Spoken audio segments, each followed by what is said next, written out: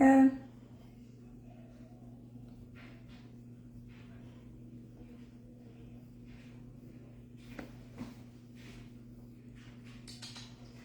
He'll be asleep. Yeah. Why are you being so nosy?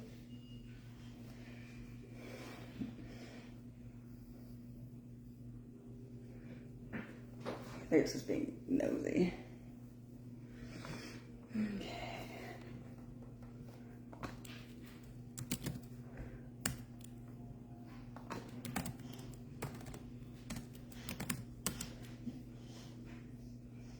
Hey, Chris.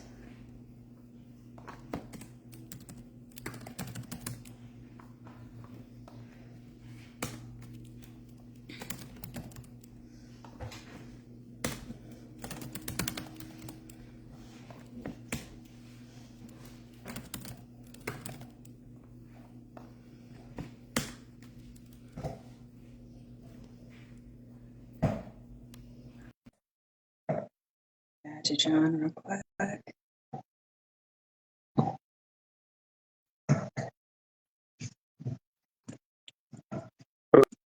Hello, hello. How are you?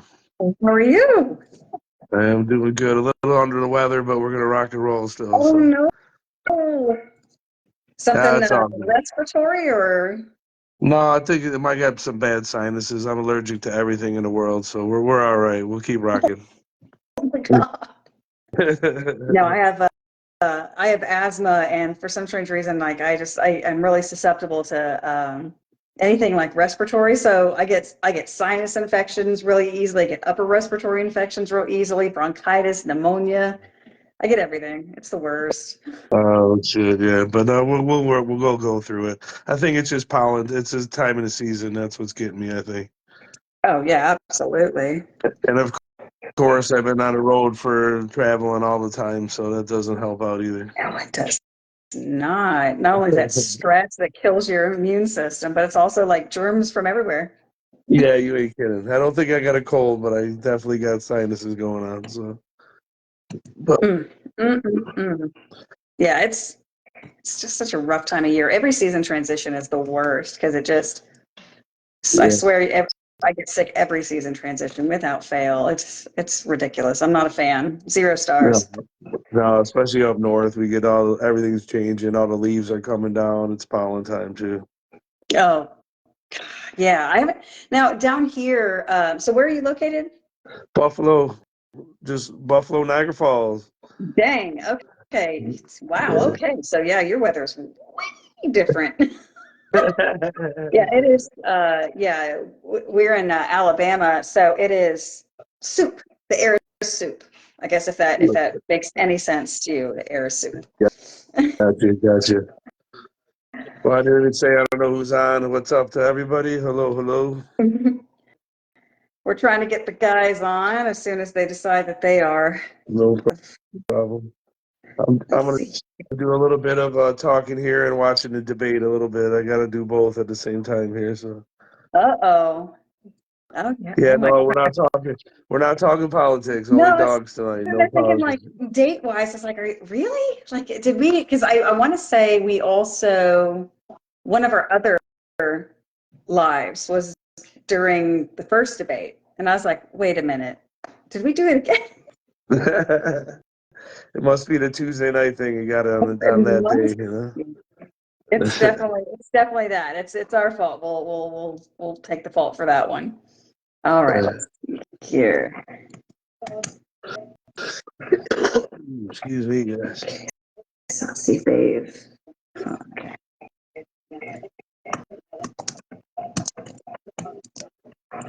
Okay, here's Bruce. Let me add him. What's going on, Bruce? Yo, what's happening? What's happening, man? What's going on? Same old, enjoying life, man. Never complaining, that's for sure. That's right. Complaining ain't gonna help nobody. Hell no, man. You try to help people so they live a better life, not a negative, you know. That's right. All By the right. way, roll tide, by the way. We'll roll. I'm a Penn State man, but we'll go with it, man. Don't worry. I don't know. Y'all should be a little not ashamed, but you should be a little embarrassed to let Georgia come back from a 27-point Hey, deficit. Hey. look, Oh, what's that's up? like politics around here. I I'm wear a, all. I know, I'm a KU fan, so we weren't good until like, what was that, last year and then 2008? So like, I had no room to talk at all. Yeah, I just wear Auburn stuff when I go down to Alabama just to fuck with everybody. My man, I love it. That's I funny. How y'all love doing? it. All right.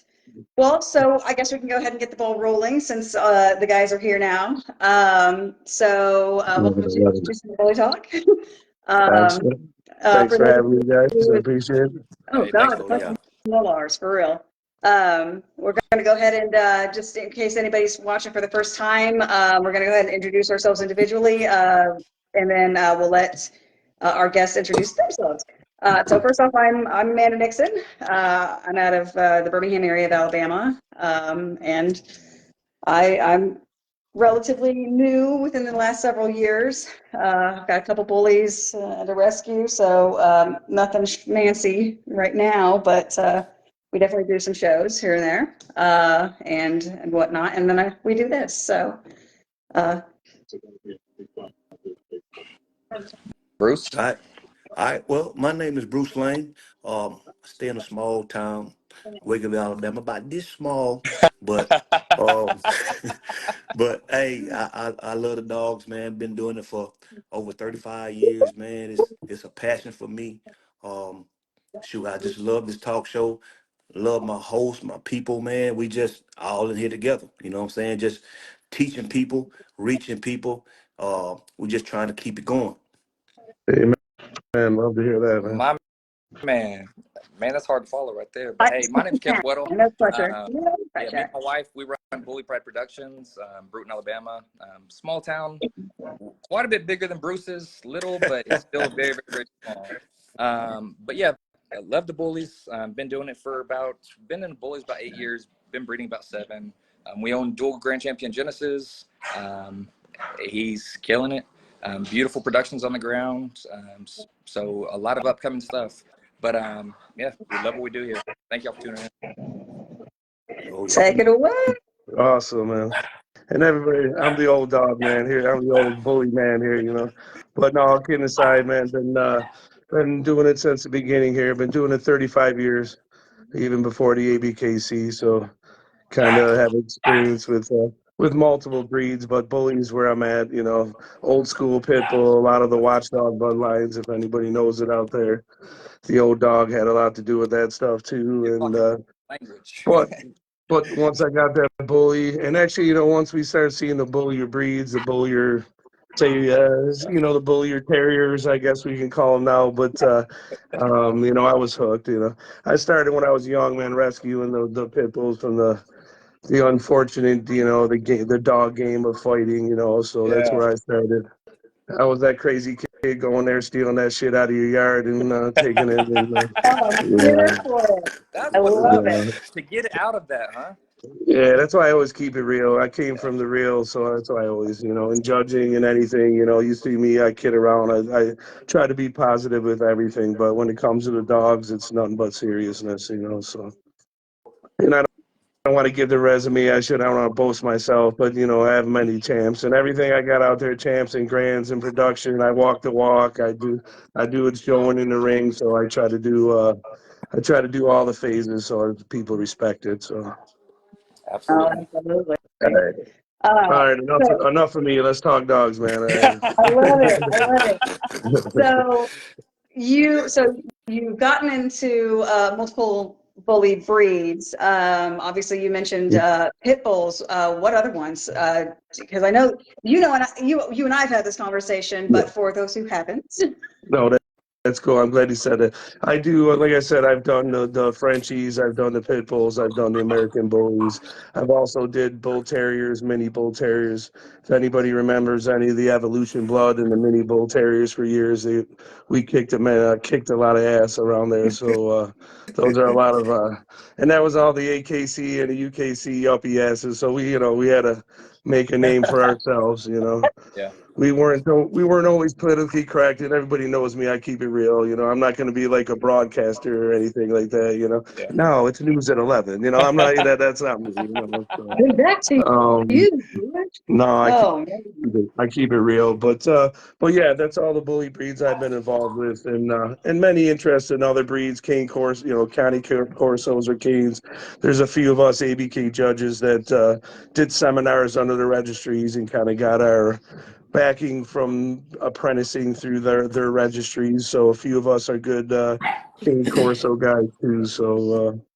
I try to walk the walk with all the breeds. Even before in U.S., when I go to Europe, sometimes they throw us different breeds, and Yeah, I saw that. Yeah. it's always a twist. But that's what I'm doing the night before. I'm studying the shit out of the breed standards and the videos, Yeah. because you can read paper, but you gotta, as a judge, what a lot of people don't realize, you gotta put it to what you see in the ring, Yeah. to the paperwork. So.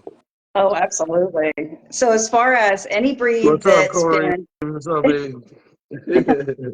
well, and then, This uh, is Dr. John.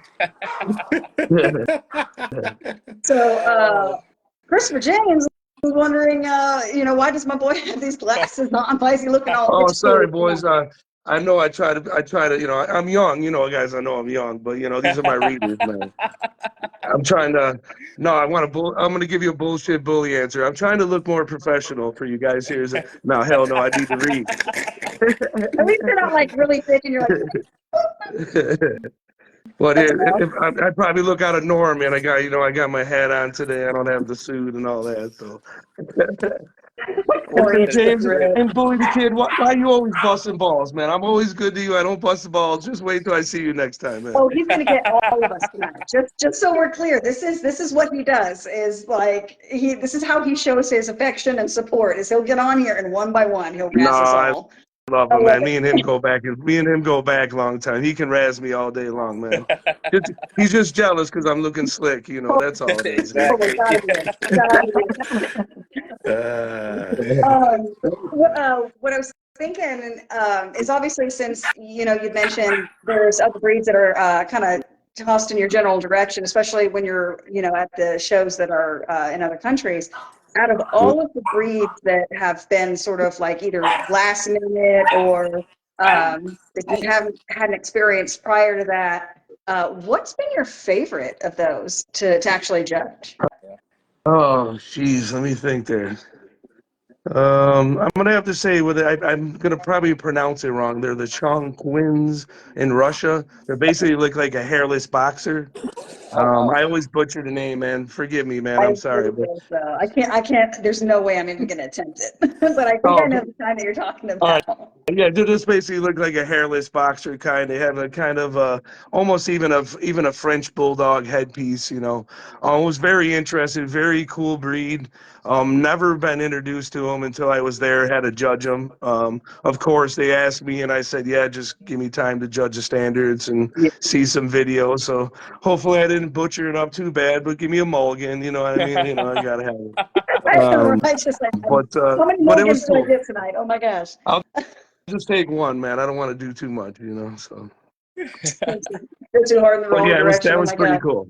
Yeah, that was pretty cool though, for Where sure. Yeah. Yeah. was that? That was in St. Petersburg, Russia. Gosh. Yeah. Yeah, it was Never pretty been. cool.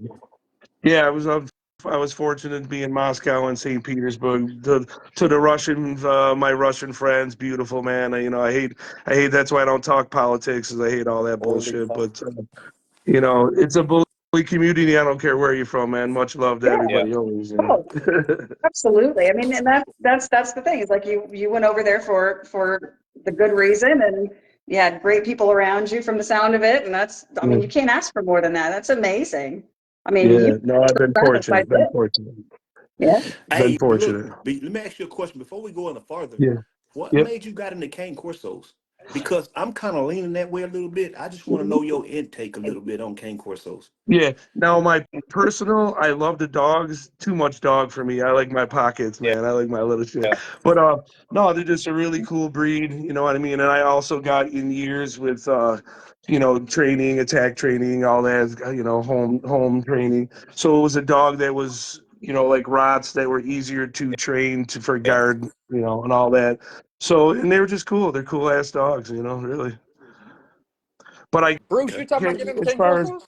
Man, there's you would want to ask a more of a breeder that has it that will give you more of the inside of the dog, home, all that. I can tell you standards and what I see in the ring, but I never had them home in my own property though, unfortunately. yeah, Caleb, just a little bit, just 1 or 2. That's all. Just a Yeah. Just little. one. We'll see. Yeah. It always That's good. starts like that. It always starts like that. Yeah. Actually, Yes. what I find is it's usually ultimately not the dog breeds that you're interested in. It's the ones you're like, I'd never own one of those. And then you Yeah. end up with like 5 of them and you're showing them and breeding them. And you're just like, yeah, well, Yeah, because you know what? I done raised all types of dogs. I just got a itch, man, a itch, and I think I want to try one. Yeah. I wanted to do a borable, but when me studying on them things about like 5, 6 years, man, you had to get them jokers scored and all that. You got to go through Yeah. different shows Yeah. and get a score on the dog Yeah. by different judges. You know what I'm saying? So that's a lot, man. If you going, I mean, that's a lot for real. Yeah. Yeah. So But I like what you yeah, said because that's how you like. Even myself, I don't go in there like I know Yeah. everything, especially yeah, if it's a new breed. And I do a lot of AKC shows, UKC with multiple breeds, just to see, kind of pick up on what they look for this breed, even though it's not a breed that I like or personally even might have. yeah, Just the yeah. knowledge of it Yeah. is really cool. You know what I mean? So Oh, yeah. I like that. I have reference books out the wazoo, dog breeds, horse breeds, cat breeds. yeah, Like I've been reading those since I was little. So like I'm a nerd in that sense. I want to know yeah, everything, even though I'll never own that, that right, horse or those, that breed of cat or those breeds of dogs. I'm just like, give me all the knowledge. I want all of it. Like right. That's cool. That's smart. Smart. it's often it's time consuming. So obviously you said you prefer pockets. That's So what do that's you good. got going on right now? What's going on in your program? We I always got the rabbits in the hat, but we got 5 or 6 coming out this year, and that's just myself. We got a few more, but I'll let others reap the benefits and promote them and all. Even though they're my productions, but I'm not that dude. Yeah. I Oh, got I too hear many. you. I got enough out there to I don't have to claim. But still, we're gonna see. We'll see at least 6 to 9 of them out there. We'll see what we can do. Nice, nice. So, um, just from what I know of you, obviously you've got some, a significant number of, grand champions and champions as well. You have an accolade that is actually very, very important. I believe it's the first Pocket grand champion. Yep. I was owner. I can't take props from Rodrigo Silva. He's a man with Thug and Little Thug were first grand champion and champ for the ABKC. Little Thug was the first ABKC grand champion. So yep, I was proud. Luckily, and thanks to Rodrigo, got to own him. And of course, I didn't produce him, but it was a nice honor. Yeah. Plus I have many. I've always built my programs on on my females, but I got at least 3 of the top 10 first grand champion females and females in the ABKC also. This year we focus a little more on my males, so you're going to see a kind of a new little vamp of me promoting my males so much more than my females. So.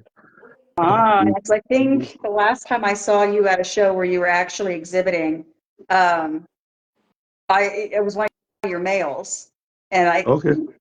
I can't remember which one it was, but I want to say he was blue or blue tri, but like a really light blue tri if he was tri. But he was a beautiful animal, beefy, and I remember. Thank you. Thank you. Hmm? Probably for the male, it could have been Boppies. It could have been Naudis, depending how many years ago. This was like Um, a year or year and a half ago, something like that. It could have been Sammy. It could have been. Let me think who else it could have been. It was somebody you brought to Alabama. Like you brought them here. Oh shit. Okay, then. I Let didn't me know think. if I Yeah, narrow it fuck. down. Shit, man. You're calling me out.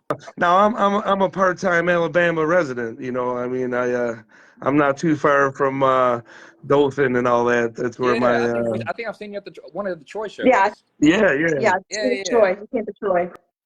Cool. Yeah, that's my little stomping ground to get away when I need some warmth in the winter and I need some southern loving, man. That's where I go. Man.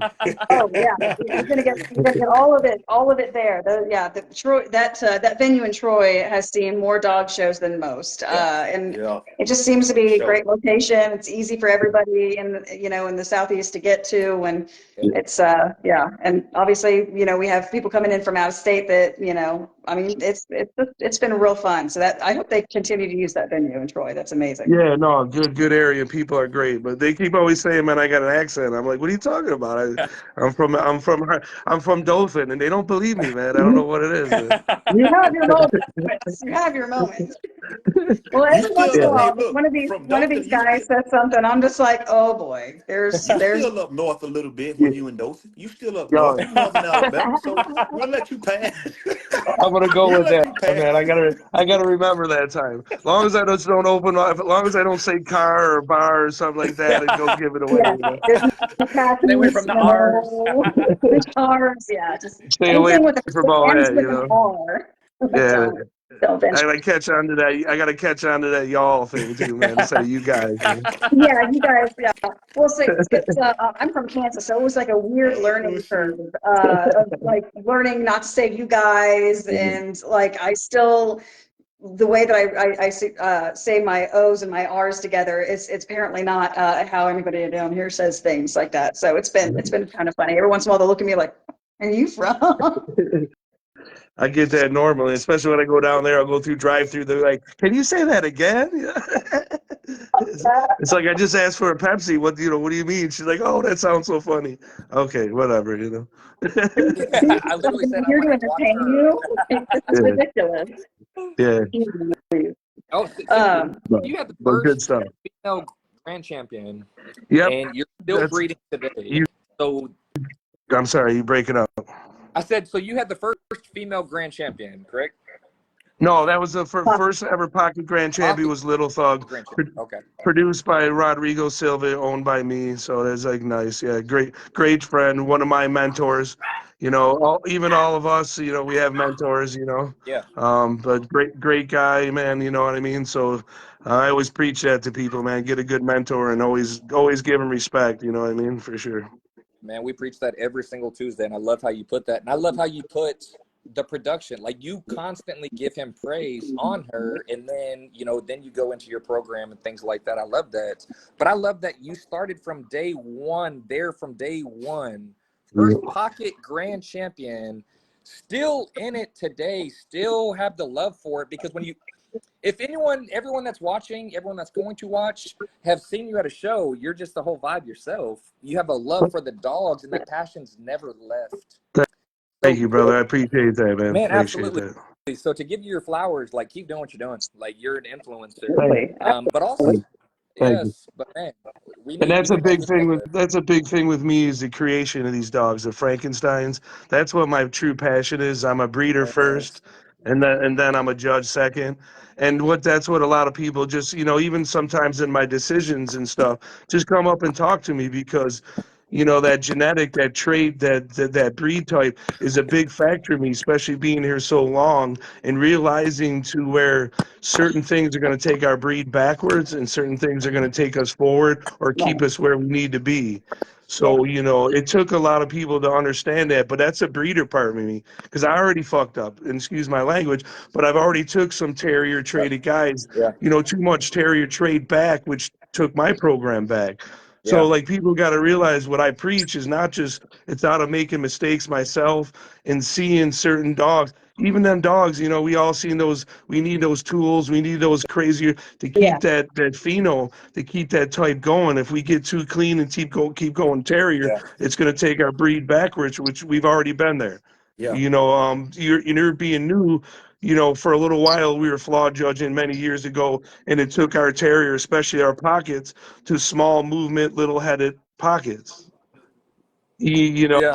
So I preach that out of experience. You know what I mean? Oh, Sometimes. no, absolutely. Well, and the thing is that is one thing that we've actually discussed quite a bit. Is just for breeding stock, making sure the difference if you have a dog that should be used for breeding stock predominantly because it's a little on not the overdone side per se, but kind of like Yeah. it may not be something that you can take into the show ring, but it would be an amazing tool to continue on the good Yeah. traits that that are breed type specific, Yep. to continue it in your program or to even add it to others. So there's a Yeah. massive difference between breeding stock and show stock in certain cases. So and I've had many guys not understand the picks when I do, but what also everybody always wants to focus on the one pick, not the other three or four dogs that were in the ring. That's the factor. When people see these dogs that are put up that maybe are flawed a little bit in that they're not seeing what it went against. And now certain judges like myself, I'll put up a flawed dog because depending on what flaw and yeah, depending what I think can be bred out. But really the number one flaw, if I put up a terrier, I'm doing us all, not justice. Yeah. Because that's taking the number one flaw that you can have is lack of breed identification, yeah, lack of looking like the Here we damn go. breed you're fucking representing. yeah. Yes. Thank Absolutely. I you. mean, that's how, literally breed type is how you differentiate this breed from a breed that's similar or even its Right. foundation stock as far as breeds are concerned. So obviously, if we're having a hard time telling if your bully is not a pit bull or an Amstaff, then your dog lacks breed type, Yeah. that's baseline. Yeah. And for many years, the uneducated and stuff, and I would preach headpiece, and they kind of just didn't get it. Oh, what all that matters is head. No, but it's what it is identification of a bully.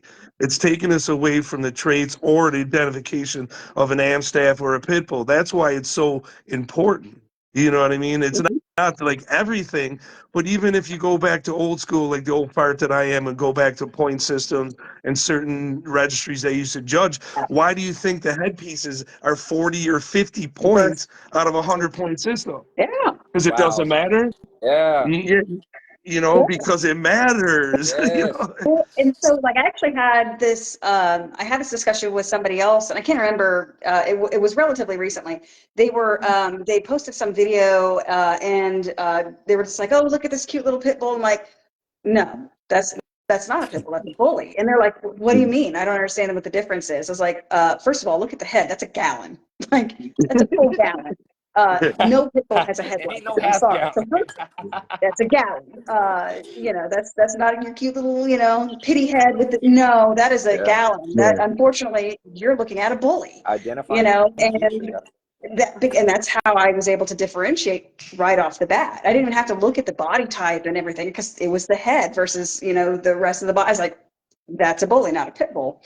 So yes, obviously head shape matters. Oh yeah. Hyper important. Not to say, and I love pit bulls, but you call any of my dogs pit bulls, you just slap me in the face. Yeah. You just insult me, Yeah. And don't get me wrong, I love them. I bred them for many years. I put my ass on the line, but my American bully is not a pit bull. It's not an Amstaff. Yeah. It's just, that's the.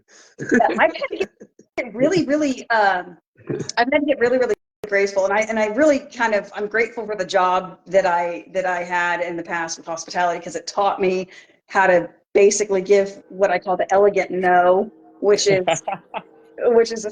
essentially just being like, no, totally different breed. They're kind of related because they use the same stock, but they're really not the same breed. And trying to be really nice about it, but deep down I was like, I want to punch you in the face. I'm I with you mean, there.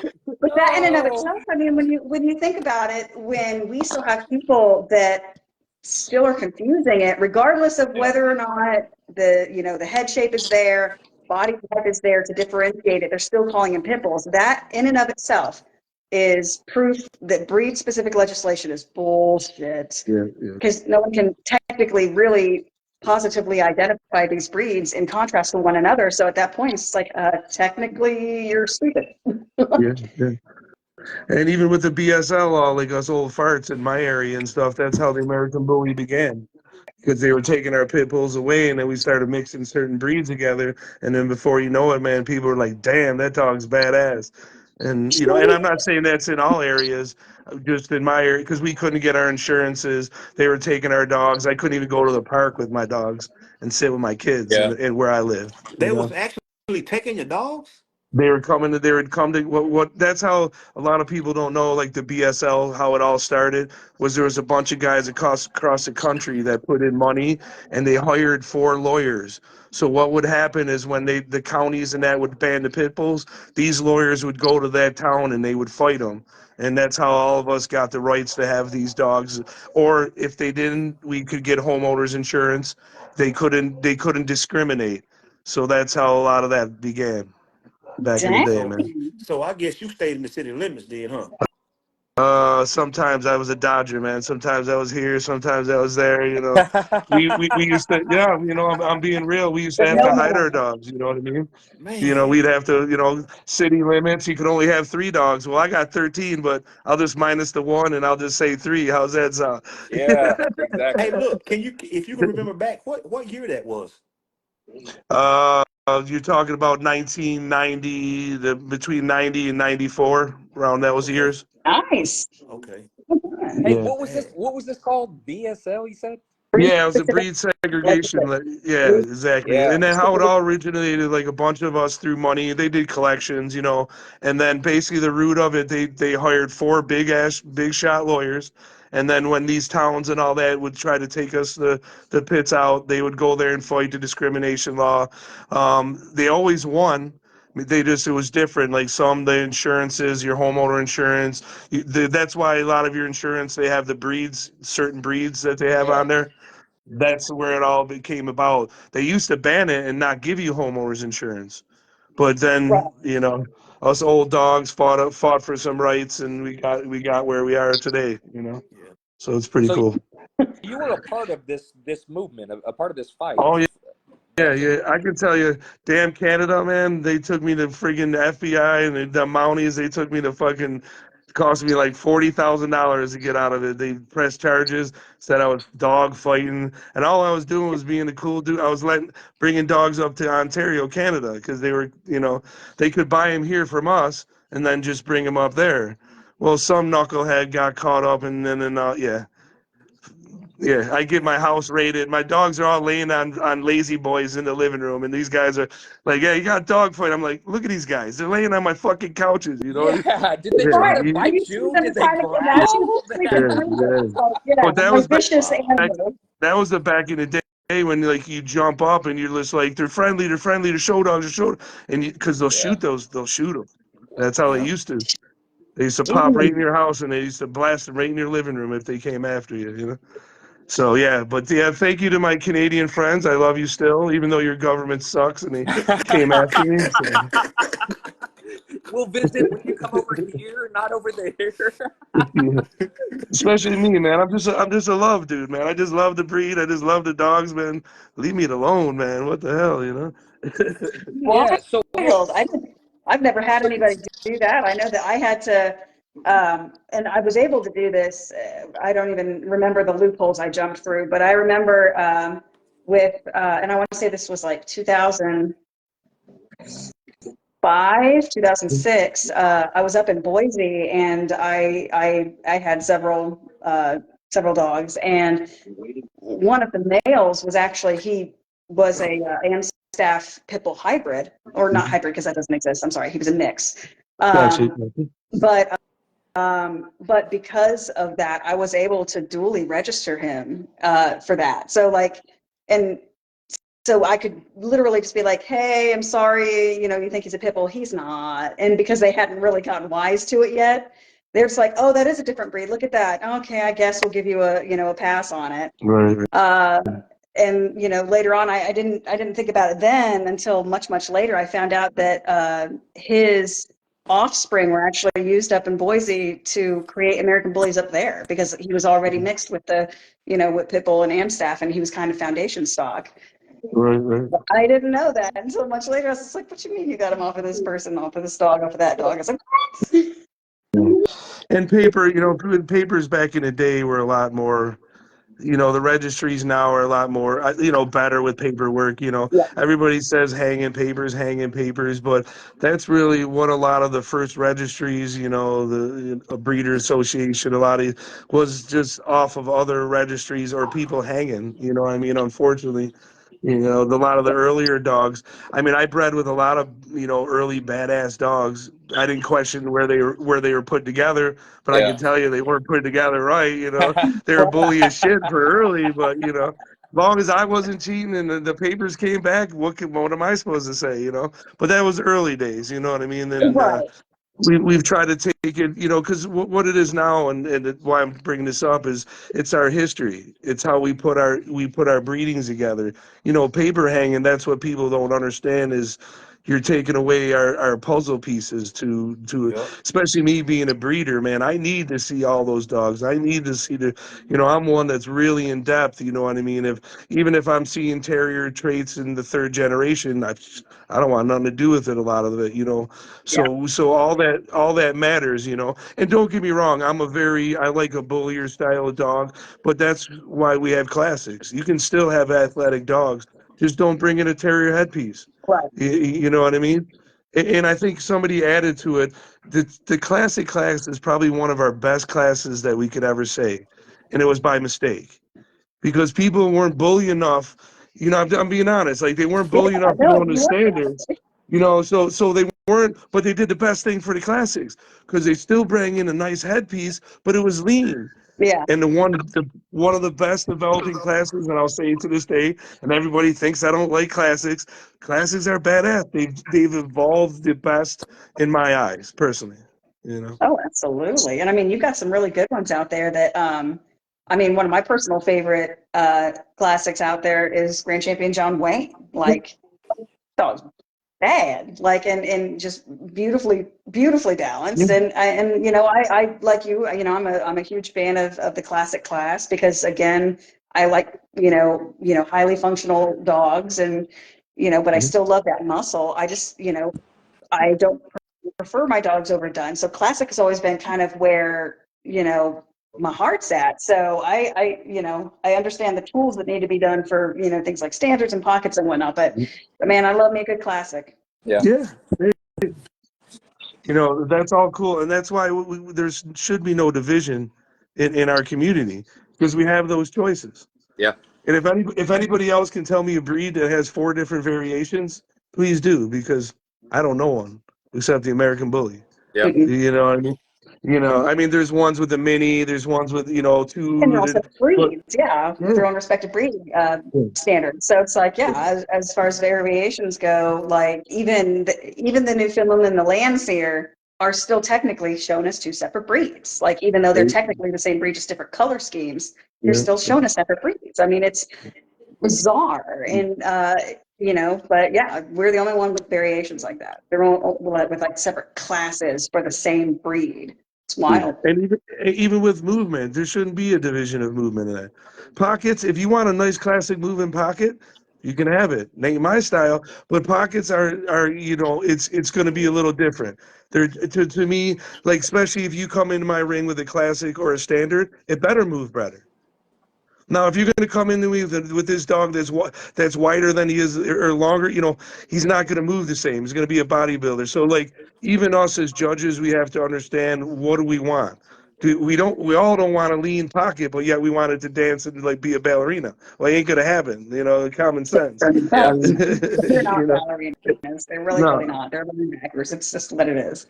And even like and I respect because like. People are like movement. I'm not saying that movement's not my most important. I want a good movement dog, but I want a pheno dog.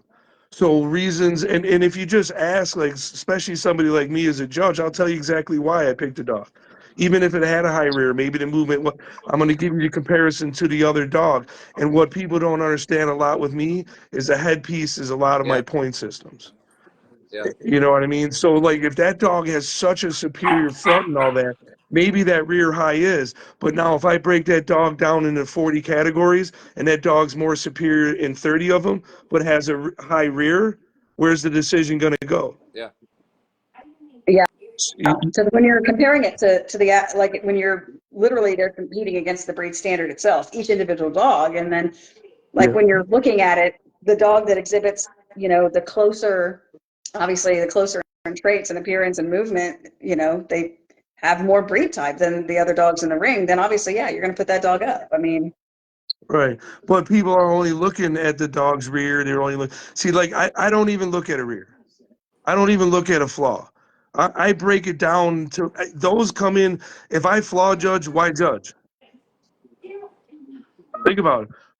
Okay, that you know, okay, that dog's got 2 flaws. Okay, that dog only has 1. Okay, he wins. Even though he's a terrier, he's got a friggin' 8-inch friggin' long nose. He's got no substance, no mass, no bone. But he moved better, and he, you know, that's what people are not understanding is that dog wasn't superior in the bully categories, and that's the factor. Don't look at it as a high rear, because tell me if I can't see a high rear, you better fire me. Even 35 years of this, man, or see these glasses. Tell me to put them babies on again or something. Man. You know what I mean? Say, yo, this is Dr. John. We need Dr. John back here. We don't need breeder. But you know what I mean? But they got to look at what that dog was more superior. What was, you know what I mean? He was better in the front. He had tighter feet. He had more mass, more bone. I mean, the muzzle was picture perfect. I mean, the appearance, the chisel of the cheeks, the eyes were perfect. So now I'm keeping going. So now in that headpiece, I'm judging all that, and now I'm going to throw the dog out because his tail set's a little high. Yeah. well, I know. So yeah, it's, there's been like several instances, and this is just, I mean, this is going to be universal. There's always going to be people who feel a certain way, or you know, they see pictures or videos, whether they were there or not. Some people were there, and you know, but sometimes they're just judging the pictures that they've seen from an event they weren't at, or videos. And you know, has there been times when, you know, you're looking at, you know, at these show dogs, and you're literally, again, you're flaw picking. You're literally looking at these dogs and be like, no, no, no, no. Why? You know, why did, you know, any of these dogs get picked? And, you know, that's one reason why we always pitch, like if you feel like, you know, you've taken this dog in this ring, your dog didn't get put up, and you feel like you've like wrongfully been placed either second or not at all, Right. you know, ask the judge. Like, That's it. try to figure it out, right? You know, Yeah. Don't be pissed off if you even ask them. yeah. Or Walk out don't. of that ring without really knowing why, and then you're just mad, and then you're going to say, you know, You only know the reason. right? Did you ask the judge? What did they say? You know, And hit that judge right away. Don't hit that judge. Don't let him, because I'll be honest, and I'm one that look at you and say, listen, I'm not gonna bullshit. But like, because I don't see people's face. I go from one dog to another. If anybody knows me, I don't give a shit if you're number 1 dog or the first dog ever in the ring. I don't give a shit. It matters what. I don't care. You know, people tell me, and I go, yeah. I don't give a shit who is his father. I don't give a shit if his father was a grand champion. I don't give a shit about any of that shit. You know what I mean? I mean, I love you, and I like that that at least that you put in your homework and you're getting breeds. You know, you're getting a dog that's worthy. Cool, but I don't give a shit. I matter what that dog does that day. And there's a many you can talk to out there that I might put that dog up for best of show. Well, the next show it doesn't come in. It's not looking as good. It doesn't have the energy in the ring. There's another dog out there like now that matters when you have champion and grand champions. yeah. What do you want? They're good dogs. So what breaks them down? When I want to see my grands and they better show good. Yeah. Don't come in here lazy ass. Don't give me this half appearance. Don't give me, you know what I mean? Yeah. I want to see that dog in the fullest, and it will matter in a close decision. It comes down, you know. Oh, absolutely. I know that like if I'm in the ring and I've lost to what I can see is definitely it's the better dog. It was closer to breed type than the dog that I had, or it was more disciplined, better behaved. I have my answer. I may still ask the judge, what can I improve? But deep down, that would be a rhetorical question. Now, again, there's been a couple times where I'm like, so I go and I ask the judge and be like, hey, just so we're clear, what do I need to do? Is it me? Is it the dog? What can I do? And I would say probably all but like 1 or 2 judges have given me straightforward answers and been, as detailed as possible, you being one of them. Thank you. But there's been a couple that, they seem to be like kind of vague with it. They're like, oh, well, your joke just wasn't as good. I was like, come on, I'm made of iron. Like I can take it.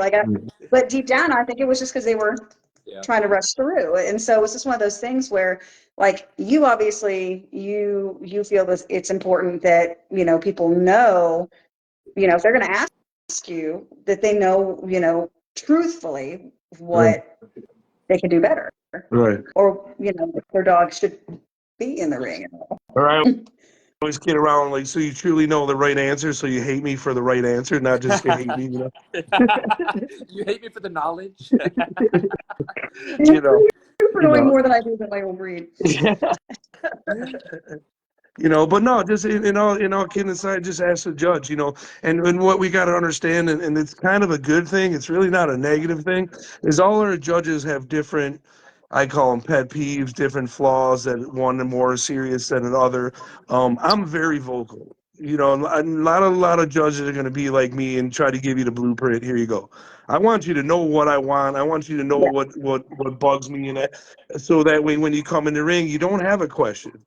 And I'm very, I'll step back with my best of breeds, and I'll make the crowd look at it. So you see the consistency. Always. I do it all the time. You know what I mean? So you see, and that's all you can ask for me as a judge. It's consistency and know what I want in that ring. It's pretty simple. I mean, I'll be point blank. I have more front issues than I have rear issues. Yeah. And this is the breeding with me. I'm a big feet person. You come in there with an A-frame. You come in there over barrel chested. Now, if you think you're going to come in there over barrel chested, those feet are clicking together. That's no. Yeah. I don't care how bully your shit is, but but I want people to know that, like, no, that shit, I don't want to see that, Now you come in there, like, and I always kid around, but I'm serious. I'd rather have that dog, especially a slam pocket, paddle all the way to China before I see that shit up and under. Because up and under is more structural. Now I know this dog's been sitting in a cage his whole life and they've been packing it. I don't want to even go into like the dickheadness me of what I'm thinking. But that's what I'm thinking. You know what I mean? And another thing, a lot of rear problems, and I'll say it right here live, and I say it, 8 out of 10 times are not genetic. It's because you slammed a fat-ass dog in the cage, didn't exercise it, and didn't develop it where it needs to be. Hate me or not hate me, but that's why. It ain't fucking hip dysplasia. It ain't that. It's called lazy ass people not training the dogs they need to be. Yeah. Hey, John, let's break that down too. When you say up and under instead of the paddling, let's break that down. Yeah. What is the up and under? What I mean is when you'll see the elbows and that more under, and what it is with why I say it's in a cage is these dogs are overweight. So for them to compensate to carry that weight, they have to bring their arms up and under to carry that weight up. So that tells me when I see that a lot, that the dog's been in the cage a lot. I don't want to be an asshole, but I know, and I can tell you right now, I got a pissed ass little dude. But he paddled all the way to China, stiff as shit. But I've been working him for 6 months. He doesn't paddle anymore. You know what I mean? His rear angulation ain't great, but it's kick ass. But that sucker's badass too, But I had to work all that. I had to retrain the muscles to do what he needed to do, So, but now I call it V-framed. It's an old expression. They call it over barrel chested. But if you look at a dog and you see it coming at you, and both feet in front are touching, and it looks like a V. They say it's over barrel chested. Old term is V framed, just like A frame, cathedral. I see that shit. I don't want to see it. Yeah. And when you think about it, number one, because people, I don't want to see that shit. I want to just, I'll be honest. You know, Every time he goes by the dog. now to go to respect to another judge, he might think rear high is more of a problem, and I respect it. But for me, tell me one dog that died of hip dysplasia. Is there any health issue? And you could correct me. This is time you could say this, and you're fucking wrong. Well, I can't find nothing. You know what I mean? Yeah. But now over barrel chested. What's the second leading killing of canine dogs? Twisted intestines. That's caused from an over too much space chest cavity. So what happens when they twist it? I'm sorry, was it? I said that's interesting. That contributes. Yeah. You're basically have more, and if you notice, it's always in more wider barrel English bulldogs. Yeah. Everything that's very wide, very very round chested. Now, if you added more, you add more space, and it's a common thing. Now, I'm not saying that, and this is where I got to correct because there's some people that are out there only hear two words. Hip dysplasia is a very serious thing. I'm not saying that our dogs haven't had it, doesn't have it in the genes. It does. But a lot of it is no bullshit. Get that dog out exercising and get it correct. Oh yeah. Yeah, it's definitely so it's obviously something that if you found out that the hips are bad and you know that you haven't been really exercising that dog, you haven't been feeding it right and whatnot, then you have to ask yourself whether or not that has anything to do with its breeding. Is it you? Is it you or is it me? At this point,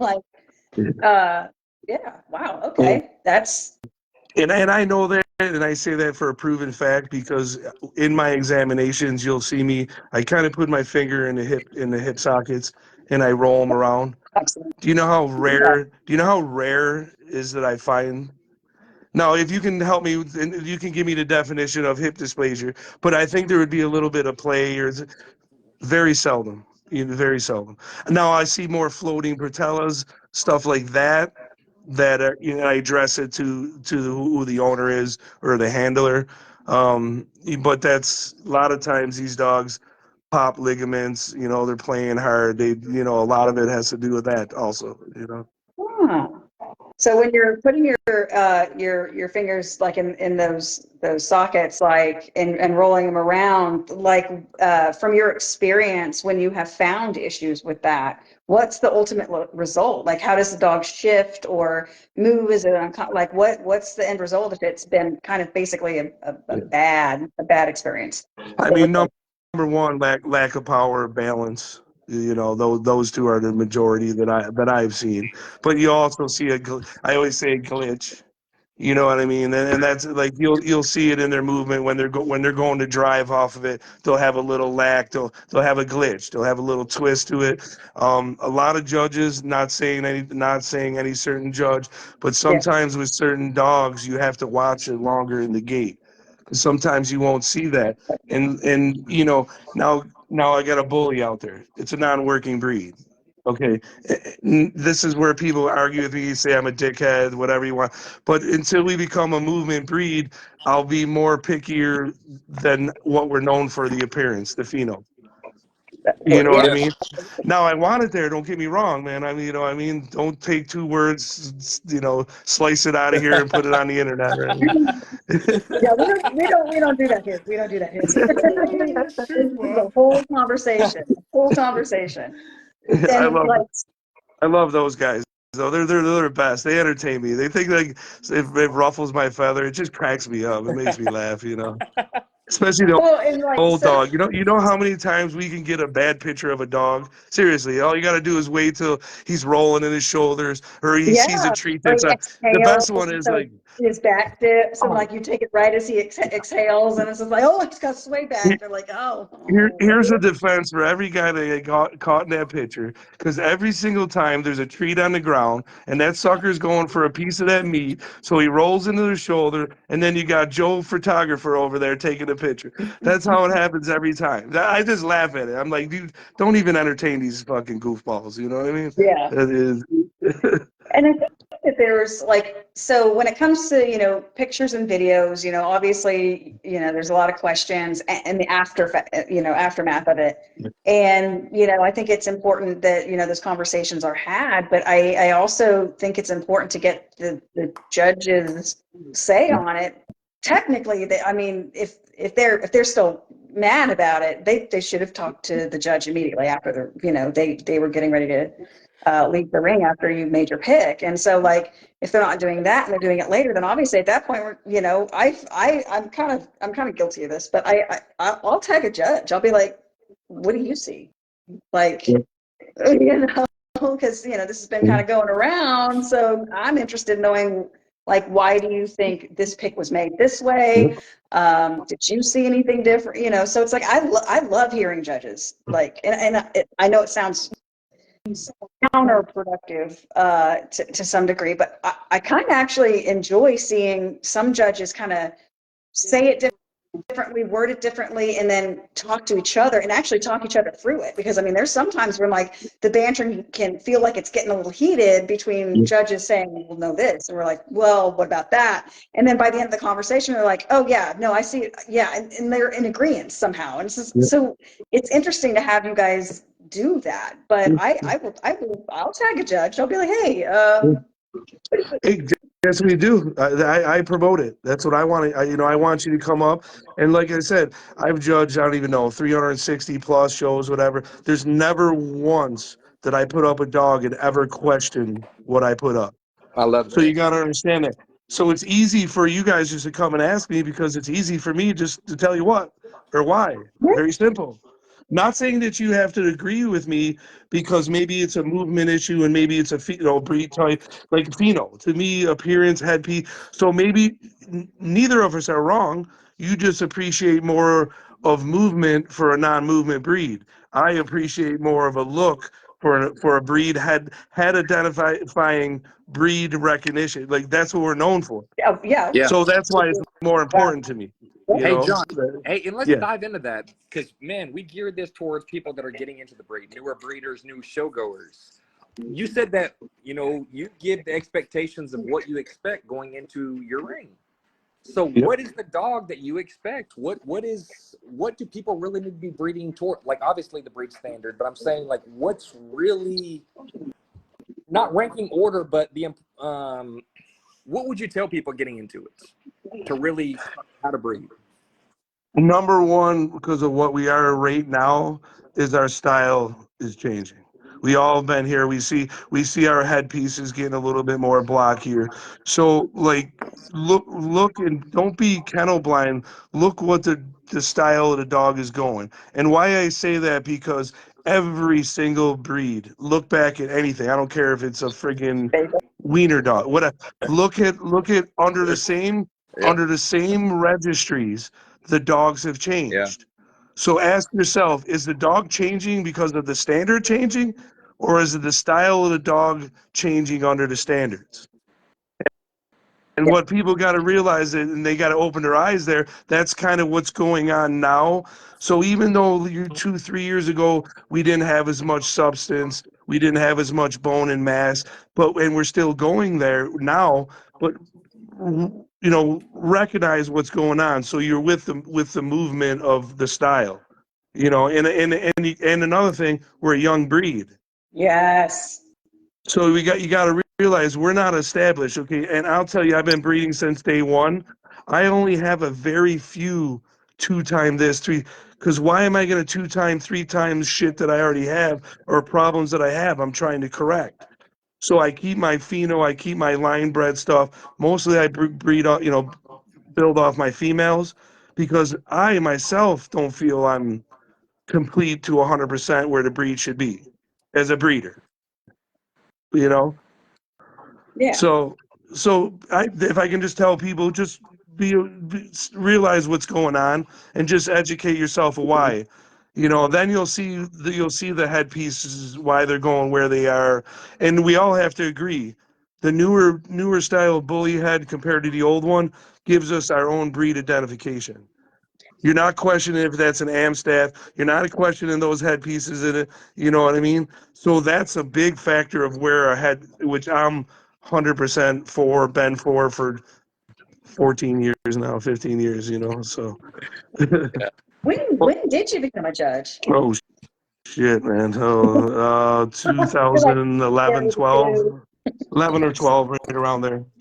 So I Nice. did my time, you know what I mean? I did the runs here for many, many years, and I still do runs. Like every year I bring out 5 to 8 dogs and we run them. And so sometimes I'm not always in the ring. I try to be, but I don't want anybody. Sometimes you get, oh, you're winning because of me. And it's like, how about my damn dogs are pretty pissed off? How about that? Yes. You know?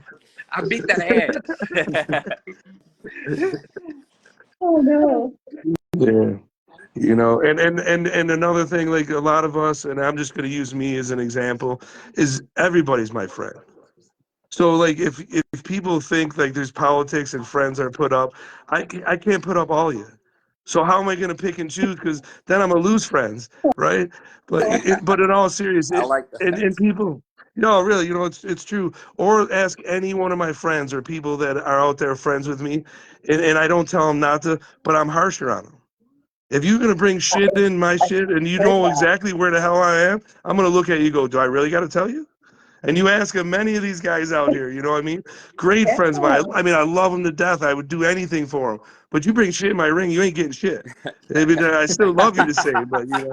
And you're not the first judge that's ever said that, and I love that. Yes. I think Yeah. that How it's that supposed is to be. something that you know better. Yeah. Well, Seriously, not almost like your kids. Like you know, you're not supposed to do that. You know what I private mean? It's like, conversation. Like, you know, I love that. I think that's great. yeah. But I never tell no one to not come in my ring, unless, of course, if it's a production, he owns my dogs. That's a no, of course, because nothing. And I can say this day because I hate a lot of. I mean, there's many people that I don't like, but there's never one time that I didn't do a decision because I didn't like the person, or it's never been. It's always 100%, or vice versa that I like them or they're a friend of mine. Yeah. You know what I mean? It's just because once you alter your pick for any reason, it's not a true pick. Yeah. It's not a true judgment. You're not judging. So even if I hate you, it's still getting my ring. You're still gonna win if you got a dog. If you got, yeah, if you got the best dog, you're winning. Like, you know, this is what I do. Yeah. Get out of here. I mean, I might say here and just walk away or something, but you're still Yeah. gonna get it. You know what I Yeah, mean? the best Play, dog's play. gonna Yeah. win, whether I hate it or Yeah. not. Yeah. No, I Because mean, I would do, go for it. believe it or not, with myself, I couldn't live with myself, even like, because I'm harsh with myself with that, and for me to alternate a pick like that, I would beat myself up worse than anybody could ever beat myself up, Oh, you know. yeah, I absolutely. It's respect an that. integrity issue. It's just, Yeah. it just Hell is. yeah, I'm a crazy motherfucker. You got to respect me for what I do in the ring and the dogs, then you know. Oh. Well, so outside of the Yeah. ring, outside of the ring, I was just um, about to outside of the out. ring, one of my favorite things, anytime that anybody ever brings you up in conversation, I always say that the first time I met you, it was I want to say it was at a show in Columbia, or Columbus, Georgia. Oh, But comes a okay. really pretty venue. It was either a Labor Day or a show, a season opener, and it was like the second time I was showing my XL, and I was super nervous. You didn't know me from Eve. You had no idea who I was, but you're on the sidelines. You weren't judging that day. I don't even know if you were actually showing. You might have just been. Then there's Um, support. That's me, support, baby. Right. And I remember you literally walked up as soon as I got out of the ring, and it was like show one, show two. It was early in the day, and you're just like, hey, you don't mind if I give you, a little bit of pointers? And I was just like, no, thank God, because obviously, I'm brand new at this. And he's like, try this particular tactic to get your dog to do this. And instead of trying to, hold the lead so tightly, you're just like, just give it, a couple nudges and then he'll follow you just naturally. It's this, and I did it the next show and he did wonderfully. And so I just remember that being something that kind of Cool. endeared me to you. Cool. So like Cool. every single time I saw you after that, I was like, I like him. That's cool. Like, not no reason, but like it was just you were helping out somebody that you noticed could use it. I could use it, and I thought that was very selfless of you to do that because you didn't know me. Like, how would it benefit you in any way to tell me a better way to possibly handle my dog and see if it worked? Yeah. Oh, thank you, man. That's why I do it. And I appreciate that. That's a story that I'll never forget because that means a lot. And that's truly who I am. You know what I mean? That's why sometimes I'm glad you tell stories like that because they get caught up into a judge and you're just a judge. You didn't realize that you're a passionate guy, and then vice versa. Why am I gonna diss your dog when I don't even know you? Yeah. Or why am I gonna, it goes the other way too, is I don't know you, man. I'm only, and there's been many times I've been a little harsh and maybe, told somebody maybe more or less pet home their dog instead of wasting time with, and it comes out harsh, but, Right. but That's I'm awfully being honestly, because just to break that down, because if I looked at him and lied to him and said, listen, if you breed this dog like 3 times and then you do 3 C-sections and 3 stud fees and then 7 years later you might have a good dog, is that really doing him justice? No, not at all. Or is it telling him be real, like by the time you bred this dog and did all that, you're gonna waste a lot of money, a lot of time, and that's really all it is with what I'm trying to say.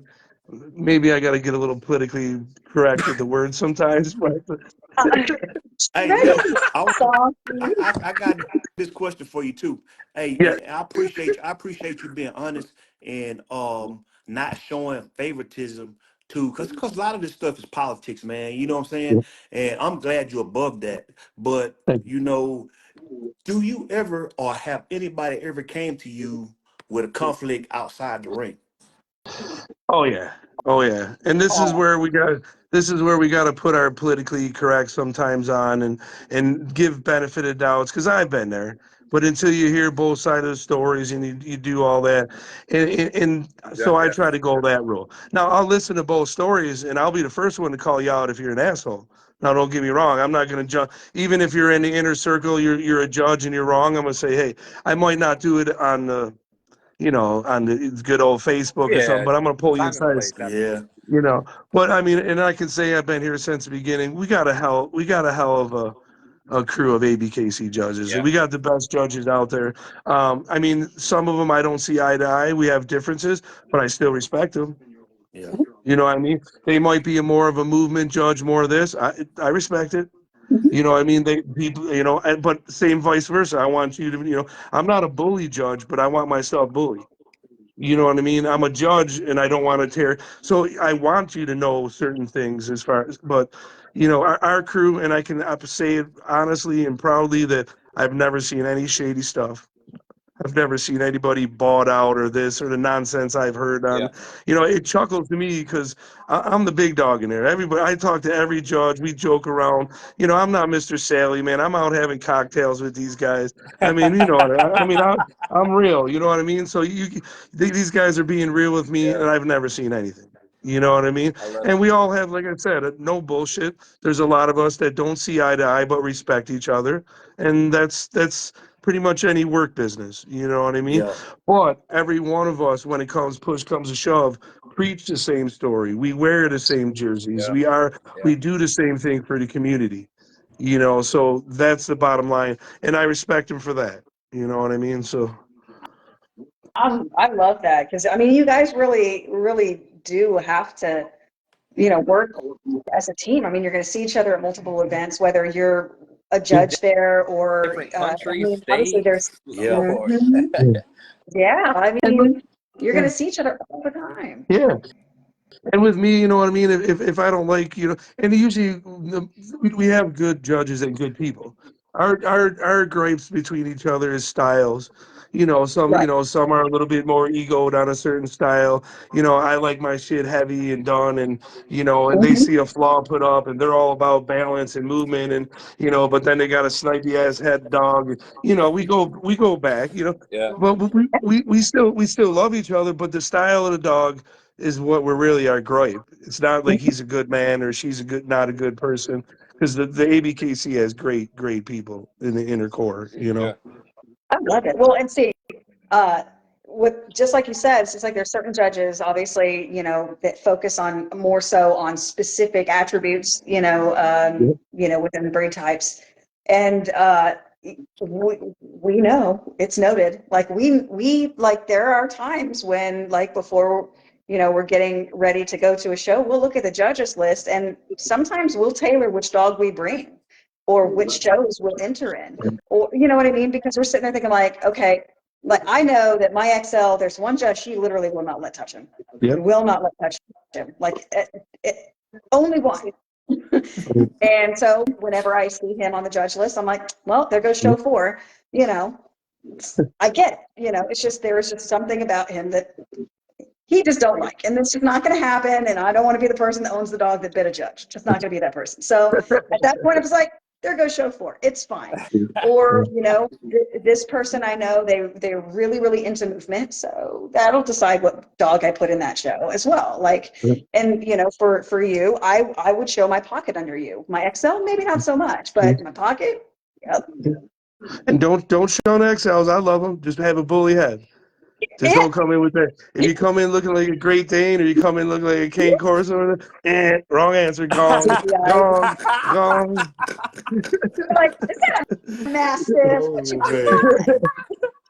No, but I'm only playing. But no, but not even playing. But all kidding, that XL should still carry that bully Yeah. head, you know, just as much as our classics, you know. Yeah. But I show love to them all. But I mean, I'm a Pocket guy. I like my bullies. I like, you know, but Yeah. definitely as judging, you know, I try to put the best of the standard or one that's more superior. Like if one is just carrying so much superior, if it's type and Yeah. that could weigh out, you know. But consistency, hopefully everybody knows that I'm pretty consistent of what I put up. Well, So, and I you know, think and that's kind of the that's all you key can to ask. that. No, that's the key to that. Like that's why we're able to be like, okay, this judge for this, okay, this dog under this judge. Like that's how we're able to make those calculations, is because of your consistency. That Thank you. actually Thank kind of low key is a compliment. you. I And I do it too. My dogs, like, you know, they'll only go in front of certain judges because, you know, I mean, we all do it. I do it. Nothing. I like them. Maybe go have dinner with them and a couple of cocktails. Just my style of dog is not where you're going, and I Yeah. know it. I know that. Right. That's important. The more you know.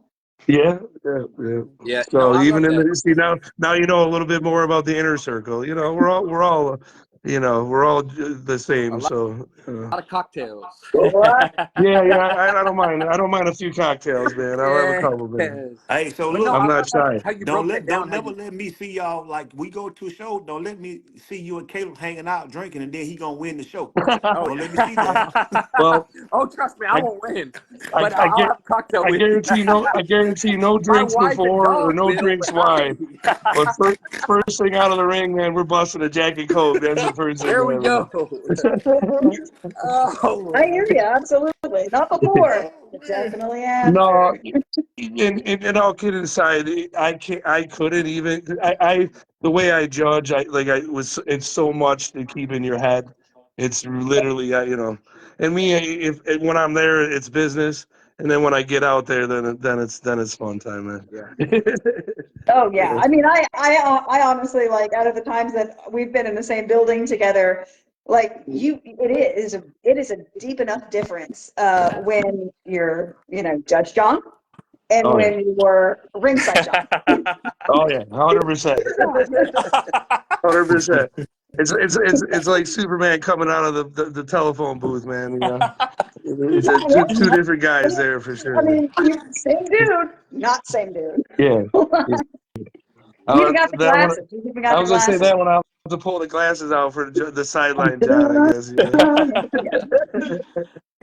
Hey John. There Hey, are no side note. phone booths in those buildings, I promise. But same effect. We'll figure it out. We'll figure it out. Yeah. Hey, I love how you broke down your judging, and it's not on the flaws, it is on the strengths of the dog. And I love, because that makes so much sense as I'm sitting here really thinking about it.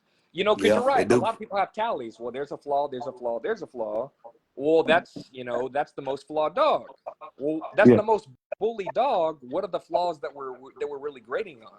Yeah. So I love that you grade on the strengths of the dog and really on the making the bully movement going forward. Yeah. Like you said, it needs to have bully features. Yeah. Yeah. And then that's what I always preach, and a lot of people laugh for many years, but that's the number one flaw, is not looking like our breed, not having that, and that's how I was looked at. Once we, and I want to see a phenotype, I don't want a cookie cutter, but I want close to it. I want that identification of the breed, because once we lock all that in, now we can perfect the movement. Now we can perfect flaw. How do we perfect? Say you got a dog that don't look it. Who cares about all that rest? Not trying to be an asshole, but Yes. think about it. All that's perfect, but it lacks its snipey nose. It doesn't have a freaking. I mean, the nose stop. I mean, where do you want me to go? I mean, I can pick apart. But now that's a big identification of what we look like. Yeah. It don't matter the rest. So I'm the opposite. I want us to get the pheno, get that mass, and then correct all the flaws. Right. Iron it out on the back end. And I mean, and that eventually will be the goal. Like, because Yes. like most other, well, like all other breeds, literally, it should be almost impossible, with the exception of markings and height, to differentiate. You know what I mean? Between the dogs and the ring. Like, and you would have to literally dissect these dogs. I mean, you go to these AKC, UKC, these all breed shows, and you're seeing all these dogs that look almost identical, with the exception of their markings and their height. And it's at that juncture. So eventually, is our goal to get there. I mean, we have a wow factor dog. That the whole point of this dog, even being created, was to create a wow factor dog. So that was kind of how it was built. But obviously, at one point, kind of shouldn't we want these dogs to all look alike? Like, how do you feel that's going to come about ultimately? That's a great question. In community, number one, we kind of all have to get on the same page, or at least understand. And that's a kind of a big part of all of us. I'll point blame at myself. What I gave you the issue of earlier, not that we were told to flaw judge few years back, but we were told to get a little bit more. We were trying to bring the breed to a little bit more perfected breed, Yeah. not realizing, not this judge, because I always realized it, but we're gonna go with everybody else. But that it was the only way we are gonna get clean stuff was gonna have more terrier traded dogs. I mean, so I was against getting rid of the extreme class. And myself took many years, probably 5, 6 years. I've been getting beaten up, even in the inner circle, for putting up more breed type dogs. You can't see a flaw. Like I said before, if I can't see a flaw, here, I'll put my glasses on and it's still going to be the same.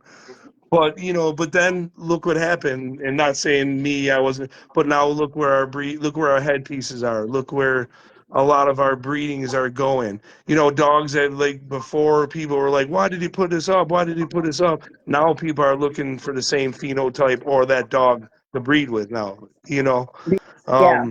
So and people are realizing it, and we're getting, and as a judge, I mean, the last few shows I've seen, the dogs are getting really good in there. I mean, I'm talking, I had to throw last show, I had to throw Hangman and Grand Champion Mac together. I pulled them out in the center of the ring. Two superior dogs.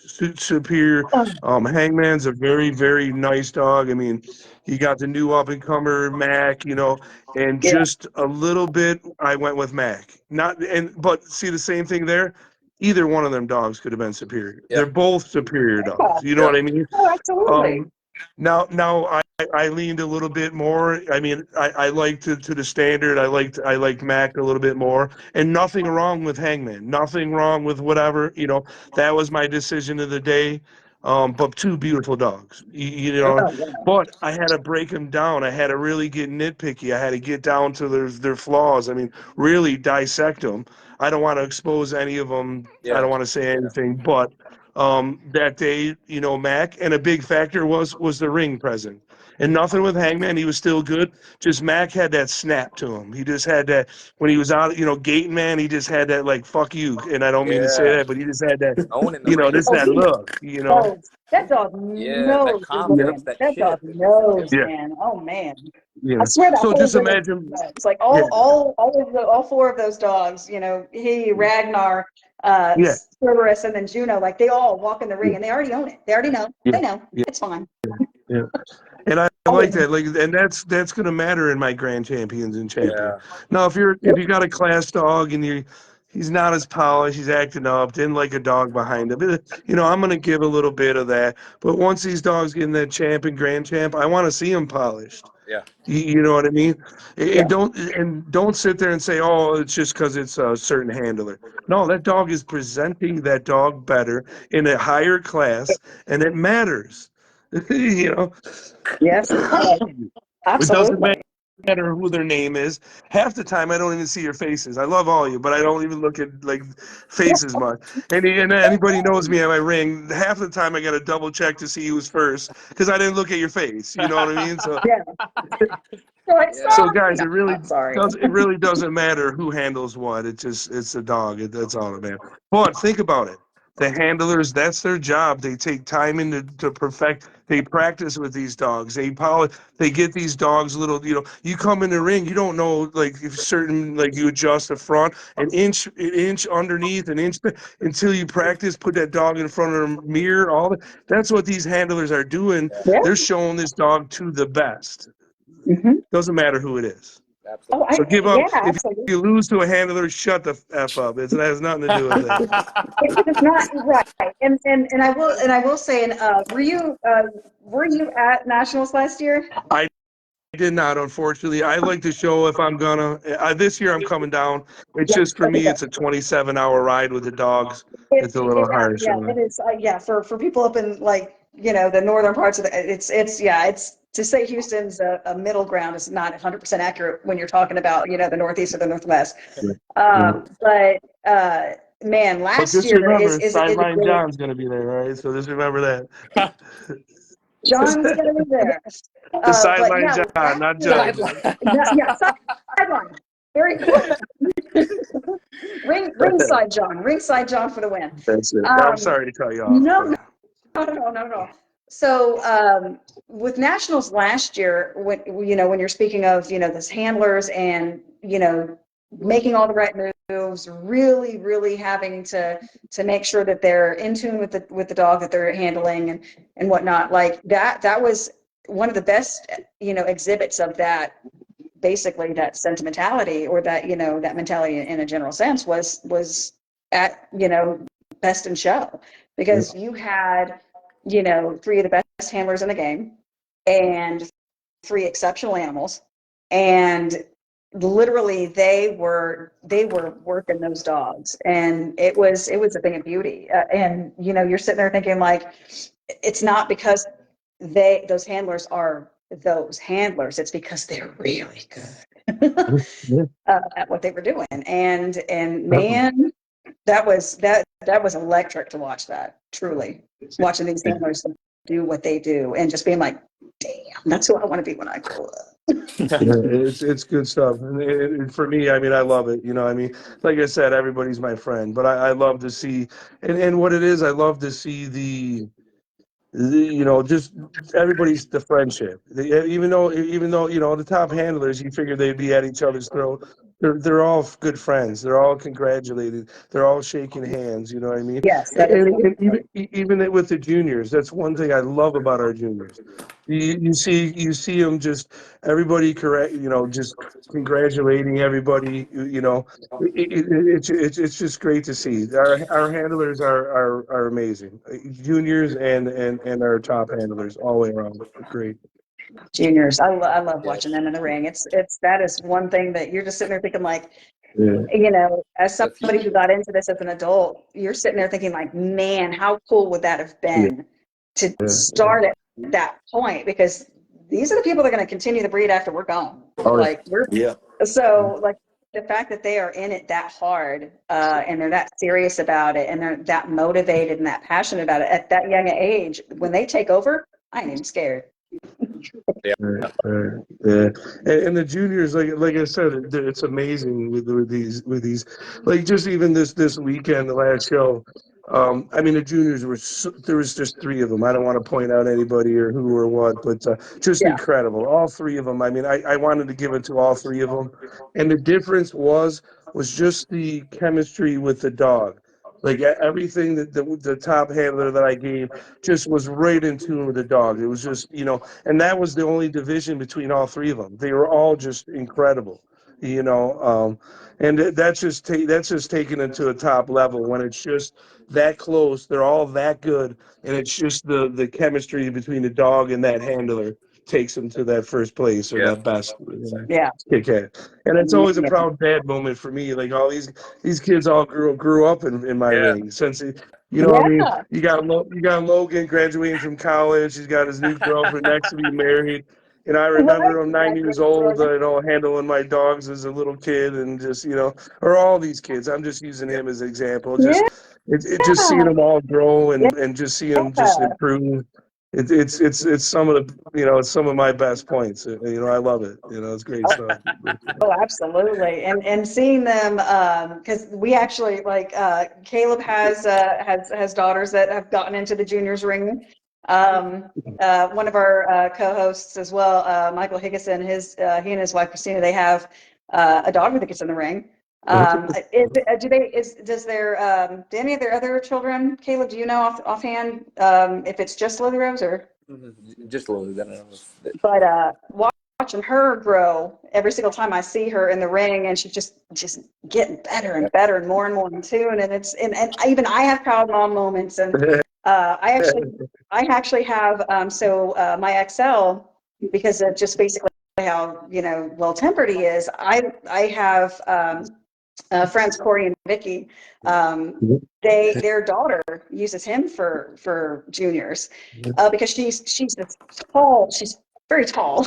And so most of their dogs are either Frenchies or pockets or pretty stocky standards. And so that can be that on the back, right? So I remember the first day she came to me and asked me if she could show my dog, and I was like, all right, let's see, go around the ring, see, try each other on for size, and he just melted, like They did amazing. I think he showed better for her than he does for me at times. But when she wins in that ring with my dog, it's a proud mom moment for me, because I'm watching this junior develop, and my dog's a part of that process, and I cried a little. It's fine. Oh, that's good stuff. Props to all you XLs, man. My ass couldn't run around with those big old dogs for nothing, man. I like my short, fat, and stocky, and slow, man. I'm telling you, like the long stride, because and it really also, the movement depends purely upon the dog, because some of these XLs, they are built a little different. And that pace, some people only really have to walk fast. Others kind of have to like the dog. Yes. And True. with mine, I have to milk that perimeter. I have to get as close to the walls as I can, just so I can, really, really show his movement the way That's what I love I do. about nationals, how big the rings are. Like, Yes. you have every opportunity to show your dog. Yeah. However much you want to use it, show your dog, because it's there.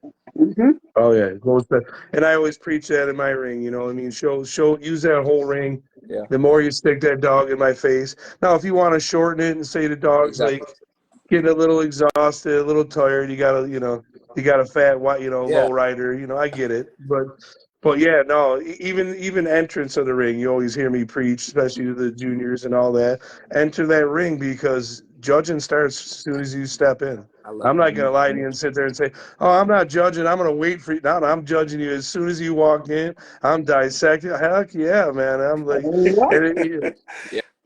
I mean, you never see me like you see me if I'm showing when I enter the ring. You'll never see my dogs lazy. You don't see me picking my nose, but fixing my pants because they're hanging out. My dogs are like.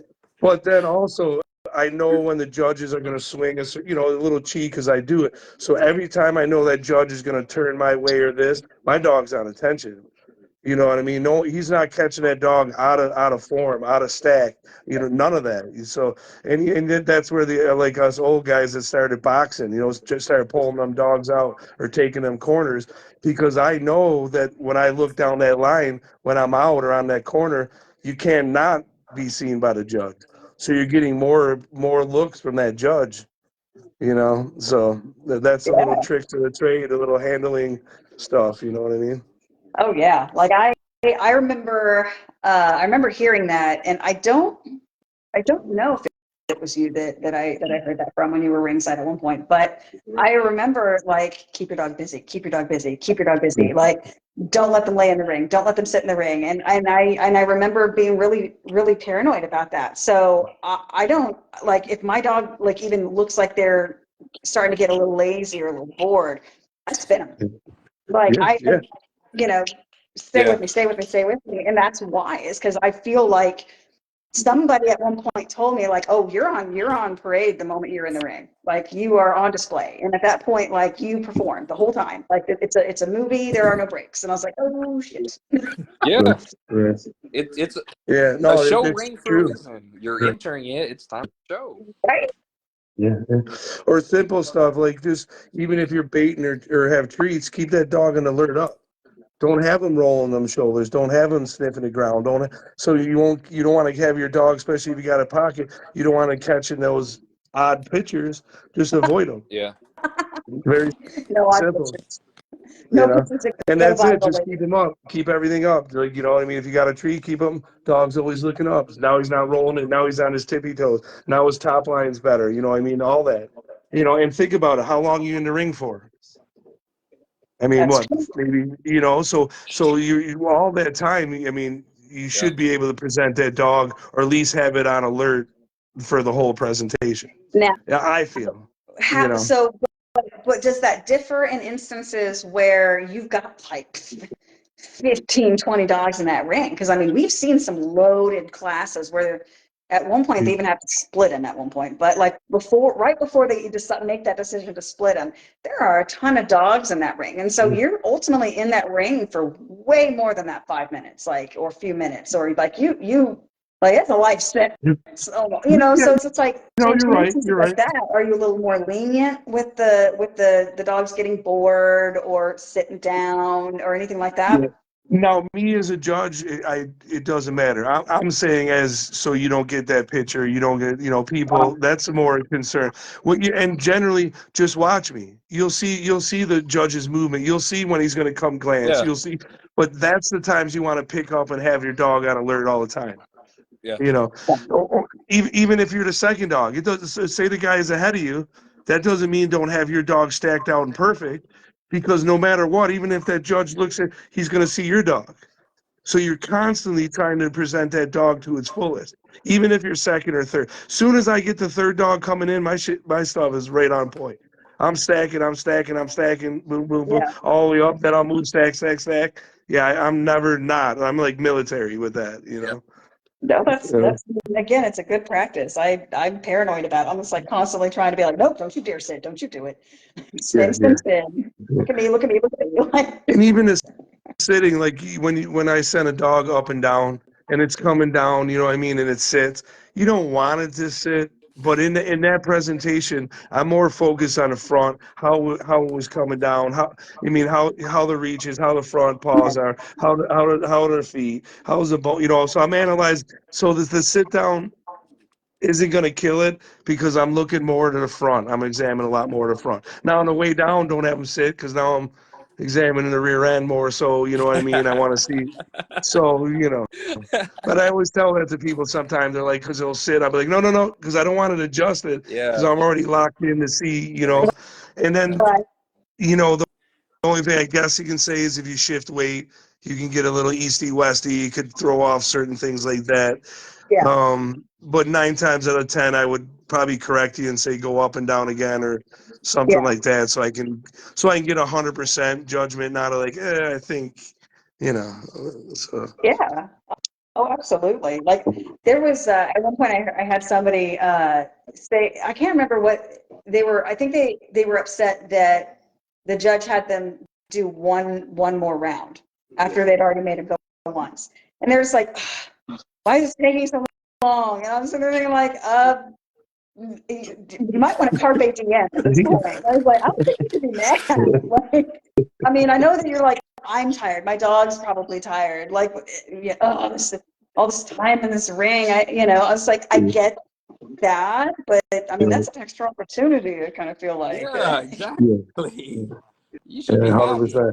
And it's always for a reason. Yeah.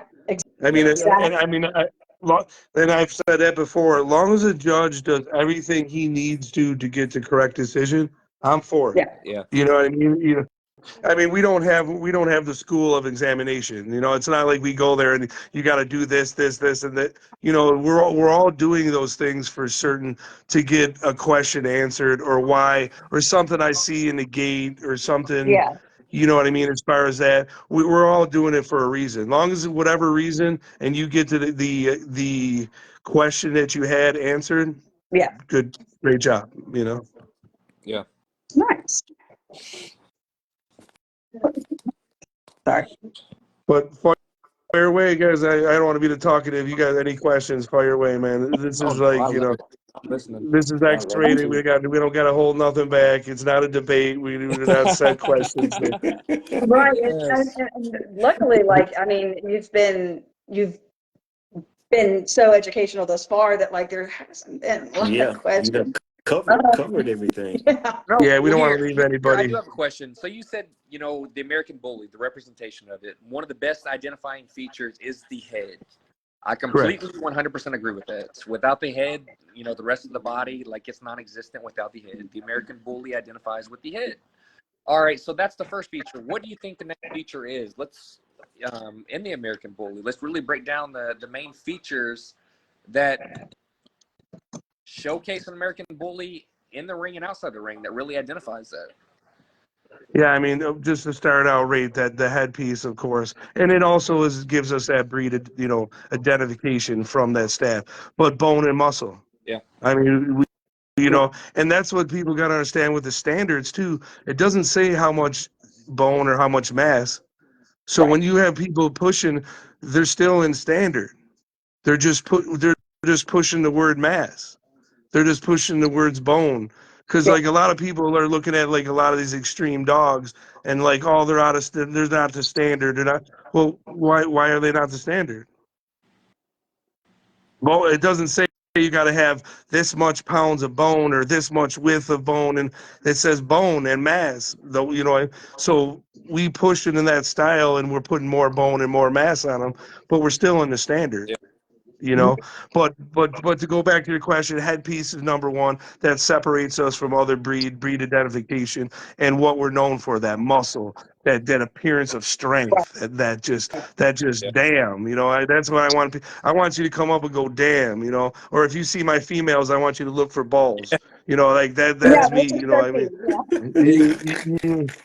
You're like, that's a Oh, man. I ain't never heard that one. Oh, that's a I ain't never heard That's that like when one. my girls are walking around, they're like, "Damn, that dude's pissed." I'm like, "Yeah, that dude's a girl," but I'll take that as a compliment, That is a huge compliment. The breeding It program, really thank you is. so Those much. females, man.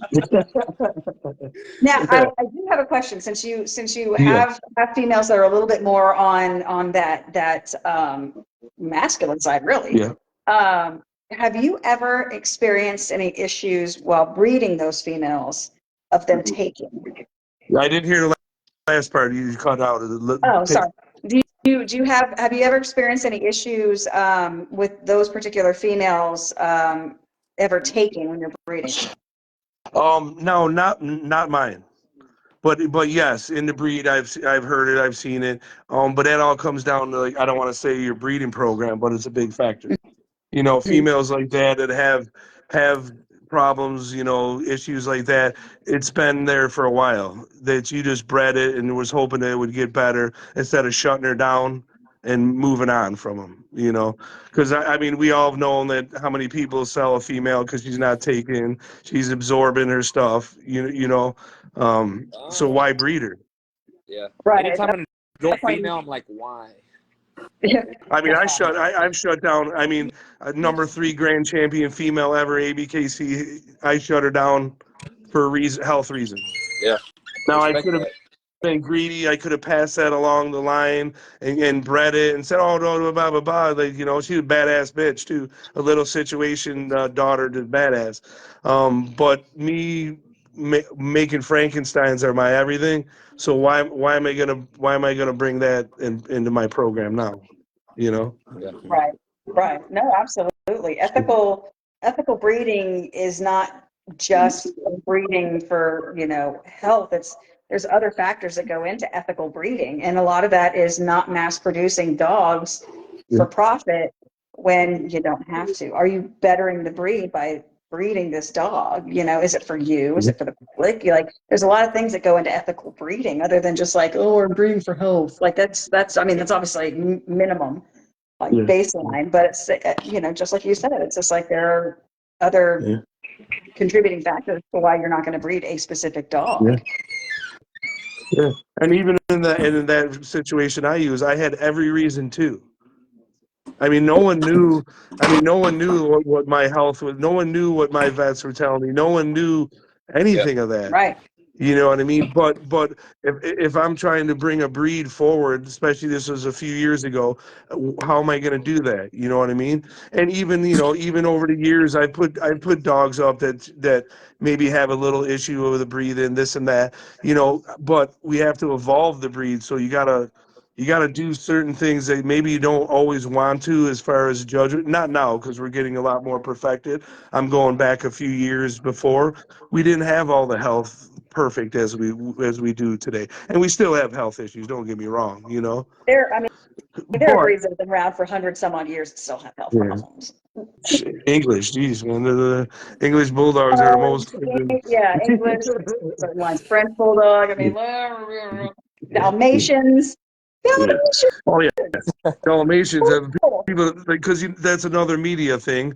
They put them on the fire engines and the fire trucks, and they make them. But if you ever bred them, like 9 times out of 10, you have to put 2 of them down because they're so vicious, and people don't even know that. It's comical. Yeah, we got breeds out here with they either are born deaf, they have bum tickers. Like it's just you got dogs out here that like you hear they're beautiful animals, they're beautiful breeds, and you see them in ads in newspapers or on Westminster or the other dog show. Is it the Eukanuba one that's like on Thanksgiving? Whichever dog show that is. Like I want one of those, and then you get one and try to breed it, and then it's awful. Oh yeah. Or So just again, imagine the guys that like been breeding like Frenchies for like 30-40 years, and you got these creative people coming in and fucking up your breed. You know what I mean? It's got to be but they're very creative. They're artists. They just started 2 years ago, so they know what they're doing. So and we don't know what we're doing, so we'll just leave it at that. Oh no. News. No. This is where I'll go. News at 11. All right. Well, that's huge, George. No, so it's like, yeah, I remember having this conversation with, I want to say with Vicky, with both Corey and Vicky. It's just like, it's the plague of having a popular breed, is that you're going to have someone come in and then ultimately supply and demand all of the weird quirks. Like they're going to try and manipulate that breed to create, small little phenoms, within that breed, and then supply and demand it. And it's just, but it's, if you have a popular breed, that's what's going to happen. I mean, I remember back in the day, like the first Frenchie I ever physically met in person was in like 2007 or 2008 on Venice Beach in with LA. Yeah. First time ever. And then now it's just like you see them like everybody owns a Frenchie, and now there's fluffies and hairless and heavy ropes, and now they have different classes. Is it a classic Frenchie? Is it is it an extreme Frenchie? Is it People like, see it as oh my God? a monetary opportunity. Yeah. and go in there, and that's what they look at the dog as, and they start looking at it that. What's next? How can I push the envelope even more? Right. Like, keep it about the dog. Keep it about the dogs. And it's driven by dollar signs. You know what I mean? That's all it is. And not saying, and I can't say like many other breeds were correct either, because a lot of even the style changes and the different things goes by who wants what, who's selling puppies. I mean, in all breeds, it's the same way. I mean, I'd like to say, yeah, though they changed the standard, they changed the style because it helped their breathing. Nah, it sold puppies. I mean, to be True. real, you know. Yeah. Excuse me, guys. But you know, and don't get me wrong, I'll take that statement back because there's been many adjustments to the standards, and for probably many breeds for health reasons, I'm sure. So I don't want to sound like I'm totally, because I'm sure they're, but it always is dictated by who's buying puppies and what, you know. Yeah, the Well, market. and the reason those people are able to thrive is because, again, supply and demand. There's demand for that. So it's Yep. our fault. You know? It's our And we're fault. and not to say we're going through that with the bullies now. We have a lot of newbies that came in, and everybody wants to breed their dog, and then the market gets flooded with not so quality dogs, and then they come in my ring, and then I gotta tell them, but then I gotta hear that their dad was a grand champion, and blah, blah, blah, blah, and then I gotta give them the speech like every dog's on a show dog, and I gotta go through all that, and well, you know, then I gotta get called that I don't know what I'm doing, and I don't know anything, and and then I gotta tell them to have a good day and take your shit dog out of my ring. You know, it's just Oh how it man. goes. You know. Oh my God. Oh And my other gosh, news. I love that little chain of events that just. Yeah, I know. I'm like, something tells me this has happened. I gotta watch this shit go around my ring and judge the I, shit. I, Tell them. I read it. I read about it. I Every don't know. It's thing has never happened to happened. I me. just read about it. You know. But anyway. Yeah, this feels like Yes, it but was from no. experience, really. Yeah. Yeah. Yeah. And I hate doing that because it's really not the person that comes to me because they truly have the heart. Yeah. It's just the person that sold them the dream and gave them the false information. You know, that's really the culprit, you know. Yeah. And I've even addressed that with some of the guys that want to come out and they're dual breeders. But I'm like, okay, so really when you think about it, whose fault is it that I have to make a decision if it's pheno or if it's a movement dog, or is it really the breeder or the shit you're putting in my ring? Who's really the Yeah. problem? Who's the problem? There you go. You're putting me in the decision to break the dog down and put the best dog up, even though if it's flawed, and it's just because. But if you bring me a better product, I wouldn't have to judge that way and do decisions that way. And not me. I'm saying us judges and all around. You know. Quoting I love that. Hey, Lada, bring me I better dogs. I You absolutely know. love that. Thank And I you. want to ask, what constitutes for you to actually withhold firsts? Majors. I got a big old heart, man. I mean, I don't. I very. Oh, I like that. Because well, number one thing, and it's not because I have a big heart, but we're still an evolving breed. So Yeah. for me to shut down everything so much, then True. are we really evolving a breed? And It's this true. is where it goes back to breed type. This is why you've heard it over the years. That's why people got to start realizing what's more superior, what we need for the breed, you know, to perfect it. You know, hopefully, we'll see how that rolls. But We're trying. um, no, it is. You know, hey, I'm with you guys. I'm with you. I'm shit. I'm doing breedings. I'm chasing. I'm still perfecting. So, you know, everything I preach is I do myself. You know, Yeah. until we find that perfect dog. You know, and stop. And people got to realize you can't use examples of a perfect dog. We all know what a perfect dog is. Yeah. So what people have to do, you know, or we basically think and we basically all do. We've been in here and know enough to, a good structure. But now what happened if you don't have that? Now you're in that ring. What is more important for your judging decisions? What is going to take the breed forward, or what is going to keep the breed where it is? What's Yeah. going to take the breed backwards? This is why I say ABKC judges are the best, because not many UKC judges or AKC judges face what we face. They don't have to, because they have more cookie cutters. They can maybe flaw judge and get away with it. There. Yeah. Now us, They have to dissect. Like they You- have to because those dogs all look alike. Right. Now sometimes we got a terrier in there, and then sometimes we got an English bulldog. Okay, I mean, of course, and don't get me wrong, this is when you withhold, blah blah blah, and I get it, yeah, but I don't want to withhold. Yeah. I want to find that this dog will take it forward, or a dog that I place. It might not be it might not be a flawless dog, but it's still going to carry the breed where it needs to be, you know. So, and then of course I'll never hold if it's a one dog. I'm not gonna fucking just make somebody bum And then down the and give them a second place, sec. we're gonna be like, I mean, come on. I mean, you just might as well just stab the guy in the heart and say, just get the fuck out of here. Don't come back. And we did that. We got one time. I was like, oh my god! what'd you say, Caleb? You cut out. You know, you kind of go in there as like a practice round type thing. You know, kind of just like a warm. I was like, Yeah. I've seen a single dog in the ring get a second place ribbon. Like they were the only dog in the ring. They had no comp, and they still handed them a second place ribbon. And there was a conversation, and I still cannot remember which judge this was. and sometimes it is warranted, and I like that there's actually Yeah. you know a dialogue It was. after. Like if that's And they going to were take in the place, ring you for a know, second. especially like you're talking about, not to be discouraging Yeah. to that person. Like, hey, this is the reason why. Mhm. But I That's what love I was how you just say gonna that. say. Going with the breed because there was forward. definitely, 'cause there was definitely a dialogue, and you could see that, you know, the person went from being, you know, visibly like upset and confused to being like, oh. Yeah, and even in shook that hands situation. afterwards, and they left the ring. And again, I can't remember which judge that was, but I remember in that moment, I had to ask somebody. I had to ask who was standing next to me. I was like, "What is happening right now? Like, why did they get a second place ribbon? They were the only ones in there." Yeah, And they're like, Are they fighting? that's cold. Man. You gotta have a cold heart for that. You gotta be cold. No, I'm "Well, kidding. But even to add I to mean, that, to I'm be not just fair, gonna give you a first place and knowing your dog's not right. I'm gonna come up to you and say, hey, listen, brother, man, you're the only one. And I'm probably just gonna say like, listen, brother, man. I mean, your dog's not where it needs to be. I said, I'm gonna give you this first, and then, you know, but we need to work on this, and this. right? Comparison to another dog, you know, this one.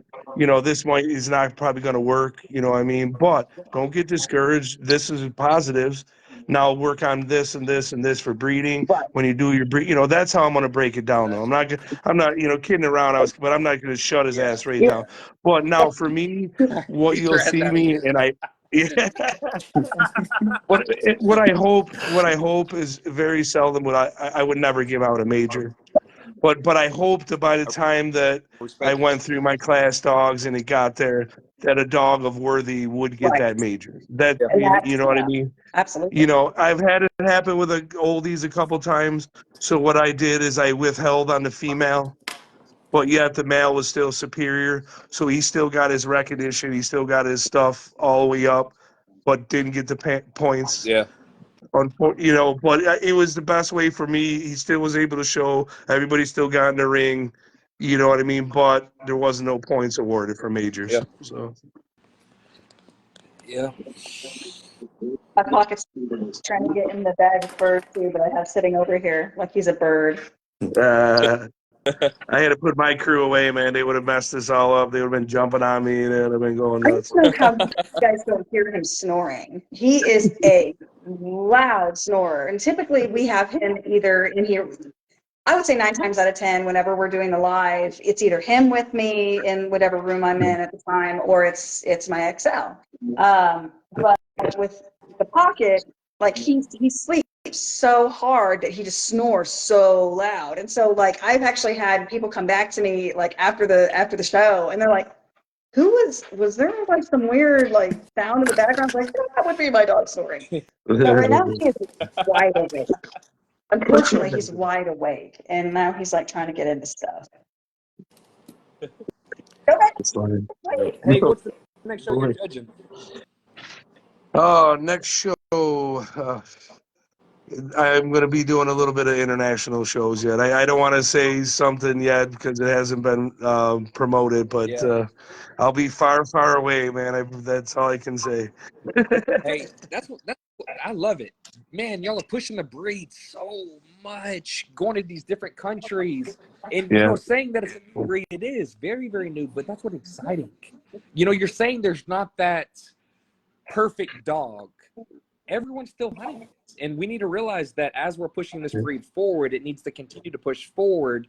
And we need to realize that the judges are humans. The people that are bringing dogs in are humans, and we need to all communicate so we can push this breed forward, because that's the direction we're going. Let's all hunt this perfect dog together, but the community needs to come together to really create that perfect dog. Because together it's a whole lot better instead of it dividing. We're a new breed. Let's really, really just unify and not nitpick on small things. Look for the flaws. Let's look for the positives in the dogs and things like that. Really just kind of how to positively move forward. Yeah, I agree 100%. And even not to say with the judges, but give us like you said exactly, give us a lot of their judges. We spend a lot of our time, and we all have jobs and family, and we have all these other lives, but we're pushing out here to make our breed better. That's what I always preach. We all wear the same jerseys. Yeah. We're all on the same team, man. Yeah. You know what I mean? And I'm not saying don't sit there and appraise me. I'm not no fucking. I'm just you guys, But I also put a lot of time in. You know what I mean? I could use an example. I wasn't gonna bring it up, but I caused a lot of nonsense from haters, but for a show I did in Calgary, I'll bring it up there. But I took 4 days of my time off of work to go out there and help set up the show, and stuff that judges don't have to do. I mean, I was out there staying in and making the trophies for the guys. And these people just kind of shut down the show, kind of came at me saying I was being biased and blah, blah, blah. Just, nonsense. Instead of looking at like, this dude just came out all the way across the country 4 days early to make my hometown show something. That's the community that people, I don't have to do that shit. I mean, I make a pretty penny sitting home. I don't have, but it's about, it was a new area. They're lacking a little bit of a bully breed. So I wanted to get out there and educate, help, take their shows to a new level. So people, the newbies, they were coming there like, wow, this is, and then what did I get? I got shit on for helping. It's just, those are the people we got to start getting out of the community, because we have a great, I mean, look at the four right here. Great people, man. Great people. And we're filled with us. We just got to get rid of them. So that's a big problem nowadays. Yeah. Yeah. We've got to elevate each other and educate and enlighten and be there for one another. Because, I mean, yeah, you're going to, eventually the bad breeders are going to weed themselves out. It's just the way that it is, but as long as we're there for each other, helping each other get pointed in the right direction and stay that way, hold each other accountable and, educate, then honestly, I think that we're really heading in the right direction. And that's really all that we're really doing with Tuesday Night Bully Talk, is trying to give, people insight to, from people who, like, this is what they do. This is their expertise. This is their realm of knowledge, and sharing it. We're peddling access. Hey, that's perfect. That's perfect stuff. That's a big, like, I want to preach is there shouldn't be so much like controversy. There shouldn't be so much hate. To go back, we have 4 different breeds. We have 4 different style of dogs that we all should love. I mean, we can razz each other like, I'm a Bills fan. I can't stand Kansas City fans. No, I'm kidding. But that's how we should just bust each other's balls. It's not a hate thing. It's just like your team, man. You don't hate. Yeah. You don't hate people. Like, old Kenny Robinson, man. I'll bust his ass all he wants. He's still a KC fan. Love him to death. You know what I mean? Exactly. But and that's how we should be.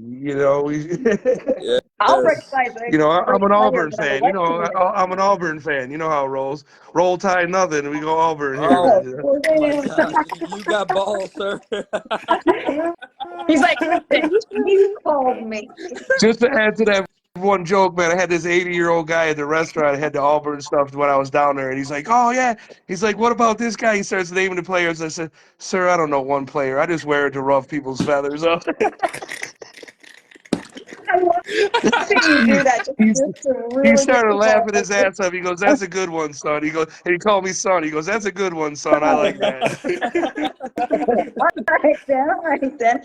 Well, I always find it's funny like when you go to other places, especially when it's other countries, and you're seeing, other like teams, whether it's your team or somebody, another team within your, the American League, and you're like, I saw a dude with a Kansas City Royals hat in Prague. Oh yeah. In Prague, and I just remember being like, "Hey, Forever Royal," and he looks at me, he's just like, "Oh wow, are you from Kansas City?" I was like, "Yeah, I lived there He for a said, while." "I got it for free." I don't know who this team Right. He starts speaking in Czech. I'm like, "Oh shit." Kansas. I don't even know Oh where no, we're Kansas trouble. City Oh is. God, what did I do? But like, I mean, you really never know. And like, I mean, for you, I mean, you travel quite a bit, obviously with ABKC and whatnot. And like, so when you go to these other countries, I mean, is there times when you feel like you've seen something that's like, hey, Oh like yeah. from the team? I always bring Bills gear, man. I bleeding blue. I always tell them or I bring the Yankees stuff. I got to Oh, be that bless New you. Yorker. Oh, bless you. Oh, here we Man, go. God, I feel all this love, man. You guys all made me warm when I said that. I got all Oh, tingly, man. I don't Oh, really know geez. anything about So like me that baseball. love, Yeah, man. baseball Oh, I bleed again. blue One of around those, here. This is blue blood right here, boy. you either love them or hate them. You either love them or hate them.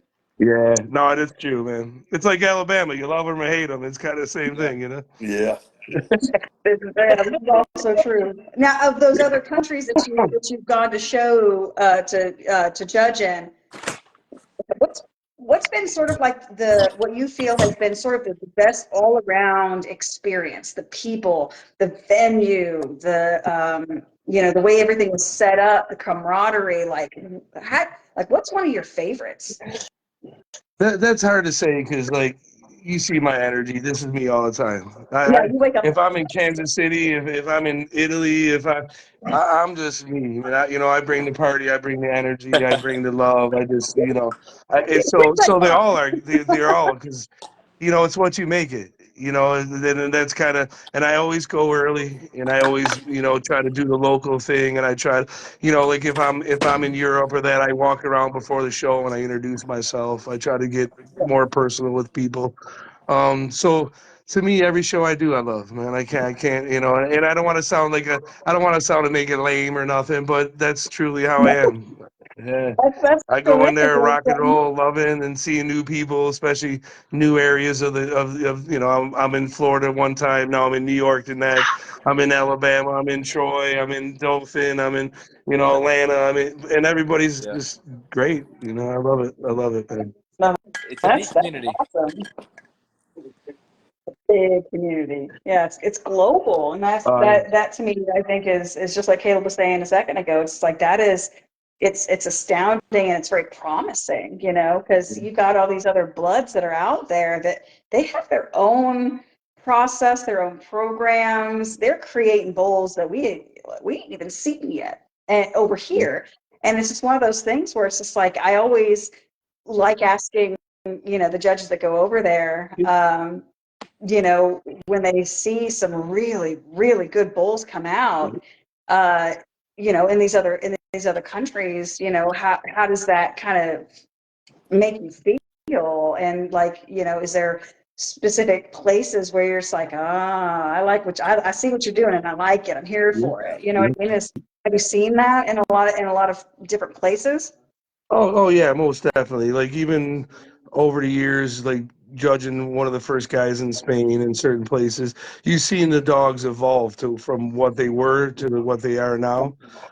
Europe's always a little bit behind with us, and not saying like a bad thing. Just even like now, a little bit more of the movement, a little bit more of the style change. They're getting a little bit thicker, a little bit bigger. Not that they don't have them on there, but they're a little behind, but coming with us. Yeah, Um, Yeah. they're very in Europe. They're very flaw oriented. It's judgment, which isn't a bad thing. I'm no disrespect to Yeah. any of them.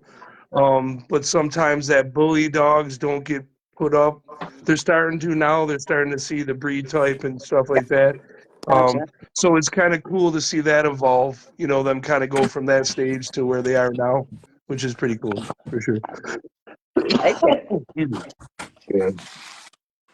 And no matter what, the U.S. has got the dogs. You know, I mean, even here we have, you know, we have certain areas that are just, you know, and I don't want to segregate certain areas being better than the other one or anything, you know, but we have our areas that, Uh-huh. the whole Oh, U.S. is kick ass, but there's a few areas that got a few more little sparkling stars in the sky than a couple other ones, I guess. Yeah. I feel like I want to ask. well, here, Like, I'll I say don't it. feel The like I want to put Midwest the is thought at producing you. Why not be like, which ones do you like? This is where I got to be politically correct. I can't, say that. But no, Or- but even in that, you see areas where you see certain dogs that have influenced certain areas. You see certain dog style that's influenced certain area. Yeah. What I can use is Russia. Mhm. Russia's dogs for a long while were a lot more ahead of a lot of European dogs. But because they established a lot of the headpieces and all that, and I don't want to say there, no one hate me. I'm saying this is my opinion, okay? But their background came from exotics.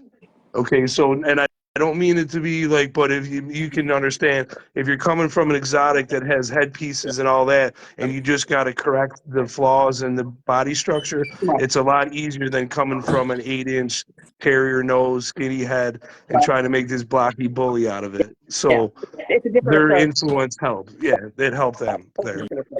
Absolutely. Excuse I me, guys. mean, Sorry about that. there are certain pockets out there that you'd never know. You'd never know. But if you go back 6 generations back, there's Miyagi in that shit.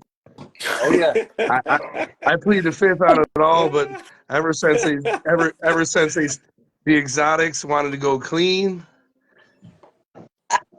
I'm telling you, it's just one of those things where it's like, I mean, and there's some dogs that they look good. Like, they look good. They bully AF. And yet, if you go back, there's an exotic somewhere in there. You And got so it. it's like, sometimes these, you've got to let some shit go. Yeah. And Like, I'm always real, so that's why like you won't see a lot of people say that, but it's just being real and going through it. But you take this right here, and then you take the exotics away. Look where our style headpieces are going. Look where, and it's not a bad thing. But it gives us a separation. It gives us an identification, and that's my opinion. Has nothing to do with me judging, but it was an influence to take our headpieces to a different level. I would say, you know. Not a fan of exotics. Don't want exotics. Don't want them all fucked up. Don't put any fast words or don't make a video of me saying that shit. But no, again, we don't do that here, so no worries. But I do have a question about that, though. That's yeah, something you said a second ago. yep, When it comes to certain traits coming over from either, different breeds or whatnot, exotic, bulldog, whatever the case may be, how right. do you personally feel about like slight underdogs? Breeder or judge? Judge. Okay. Judge. Both. I was hoping you take choice A for. I was hoping choice A was the big. It could come into to a judgment. When it comes to the comparison to the standards, it definitely could come in. Now, is it one on my high list of flaws? No. If I'm gonna for a little undershot, I'm gonna throw this bully ass beautiful dog out. Come on now. Yeah. You know what I mean? I'm gonna know it, and then if say somebody that's similar, you both are that close to the standards, you both have, and then it will come into Yeah. decision. Yeah. Yes. I should. I agree. I Yeah. mean, Yeah. but again, because the biggest reason why I asked that is because recently the UKC changed their breed standards slightly. And one of the things that they basically were like was with underbites. That's And why. now, That's why there's no bully ass dogs there. Yeah. Exactly. Hey. well, no, absolutely. And the thing is now, are there still some judges that are more, that they have on staff that are like a little bit more familiar with the breed, its history, the breeds that went into it, things like that. you know, are there still some UKC judges that they're not nearly as specific about the bite. They're not going to, you know, call it a fault yet. Right. If it's, you know, a slight underbite. But you know, there's others that'll be like, no, get that out of my ring. You know what I mean? Like, so, I mean, are they still wavering in that in the UKC? Yes. But the fact that they went ahead and put it in writing, I think was really one of the things that kind of made everybody kind of take a step back and be like, so are you wanting American bullies or not? Yeah. Yeah, no, it's true. It's true. And see, with me is like, you know, with the underbite, especially depending how the curvage is.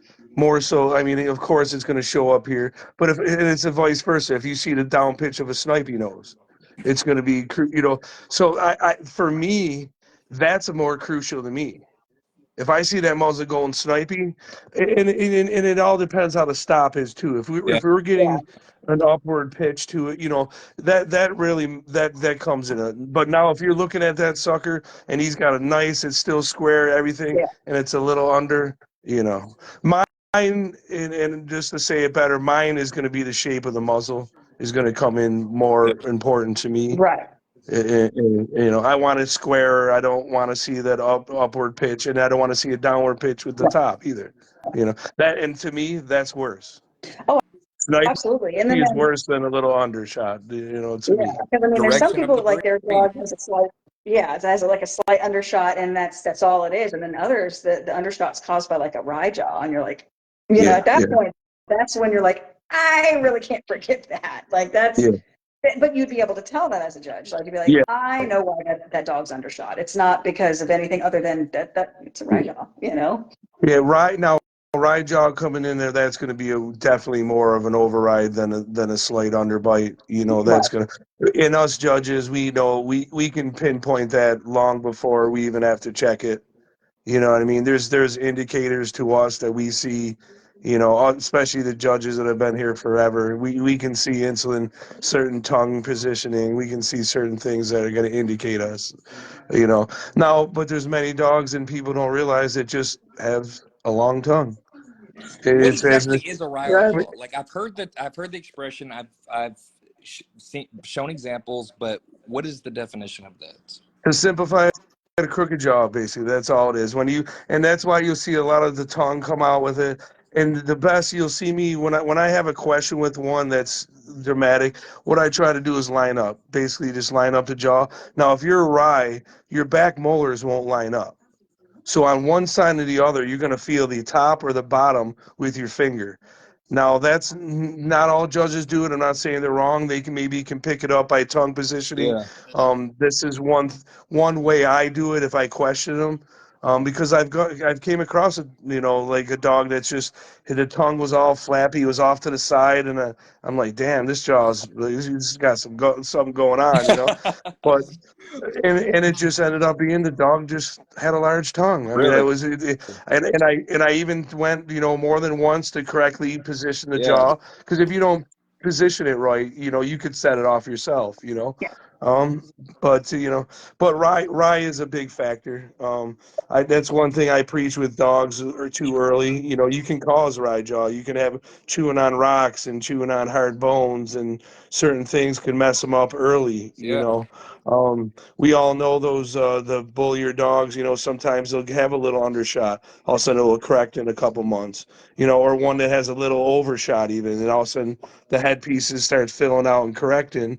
You know, so we've all been there, but Yeah. rye jaw is one no for sure. Yeah. That's what I figured. Interesting. Yeah. Hey, what are some major flaws? Like your major flaws in your ring?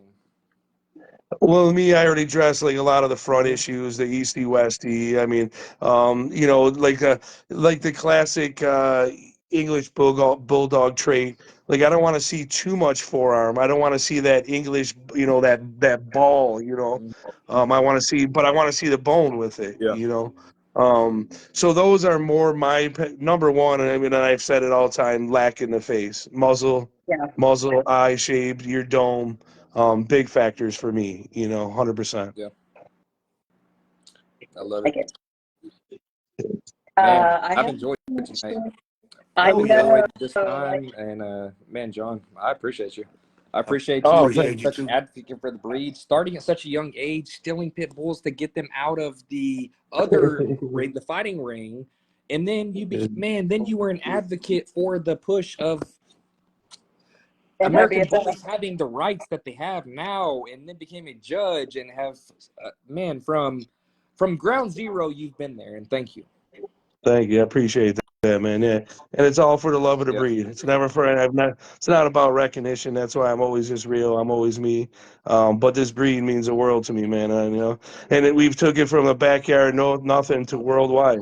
Yeah. And that's all of us, man. We made a dog worldwide. We're the only worldwide registry. We're the only one in every country there is in the world. There's not AKC. That's crazy. Yeah, everybody wants to say, oh, AKC, they want to put it on this. Where the hell are they? They're only in the U.S. They ain't in Poland. They ain't in Ireland. They ain't in Italy. They ain't in The Philippines. They only ain't in registry Australia. that's worldwide, ABKC. You got it, baby. That's why and we all are part of that. It's that me maybe lobbying and trying to get it here and there, but it's all of our support. It's all of us registering. It's all us just loving and showing the breed, the way we have been. Yeah. Get rid of the money, guys, and we're all good. We still have a good community, man. Right? Yeah. It'd be too I good to be true. like to smoke a little weed sometimes, but this ain't the weed game. Get out of it, man. You get out of it, man. hey, that's right, though. Man, keep it about the dogs. Keep it about the breed. Let's better it. Let's push it forward. Man, don't look at it. Oh, yeah. Or I always kid around. I said, Nothing at all. we don't have a heart and doesn't have a passion. These dogs do. Let's start treating them like our family again. Let's start like all of us, the true love, instead of the ones just throwing them in the cages and doing it to build a name. And these are the ones that are bringing us down. And then they're the first one to bitch, like they know something. Yeah. Like, motherfucker, you can't even train your damn dog. What are you telling me about? Right. Yeah, when was the last time your dog was outside of its crate? I'll wait. Yeah. Yes, and I love how you touched on that tonight about dogs entering the ring. How you're able to see that, because yes, a good-looking dog can be broken down inside a cage, and like you were talking about, a lot of things are genetic, but a lot of things are environmental. It's pure deterioration. Do the dogs right and get them ready, especially if you're going to take them in there to the show ring. You're showing them your brute stock. You're showing them your program, and it's a dog that's in a cage all the time. Yeah. And like I said, I've been there. That's why I bitch at these guys. I've been there. I've had dogs. Like I said, I'll show you the dude that I was talking about. I'll show you early videos of them paddling and see them now. Yeah. You won't even know it's the same damn dog.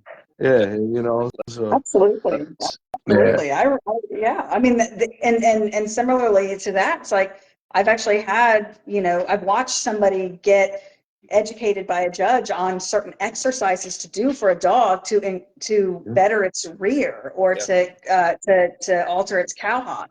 Like there's you need to walk it uphill or you need to do this. And I'm sitting there watching, I was like, damn, that's pretty, I mean, that's awesome. I mean, you're not going to get better advice than that, because I mean, you didn't know that your dog looked like this, or maybe you did, but you didn't realize it was because of lack of certain exercise or certain muscles aren't as developed as others. And it's like, who's going to do that for you?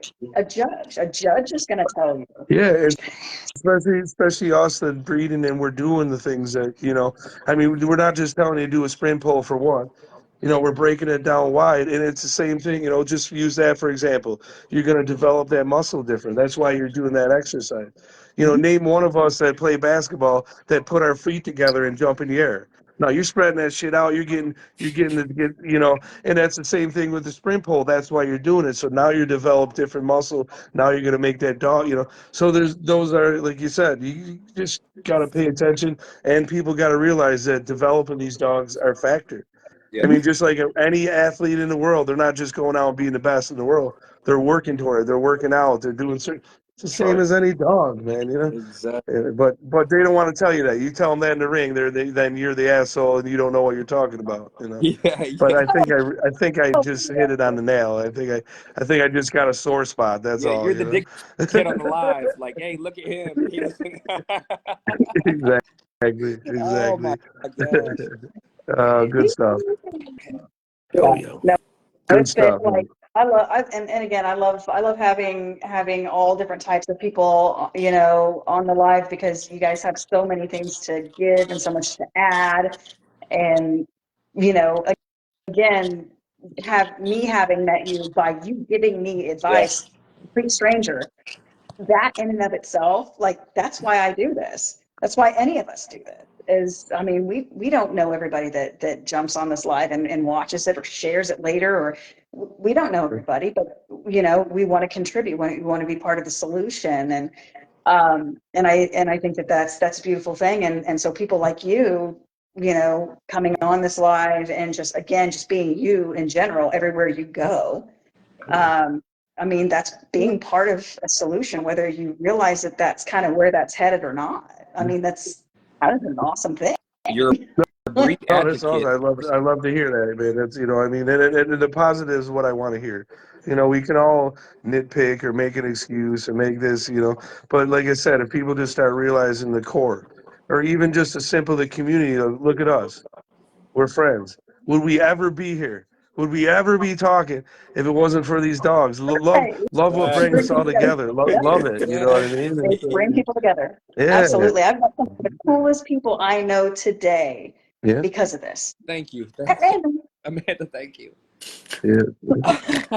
And same thing, man. You know what I mean? I was just a, you know, a dog loving kid from Buffalo, New York, man, and now I'm all over the world. You know, I mean, meeting people. Just had people in from Europe last week. I mean, it's an incredible thing.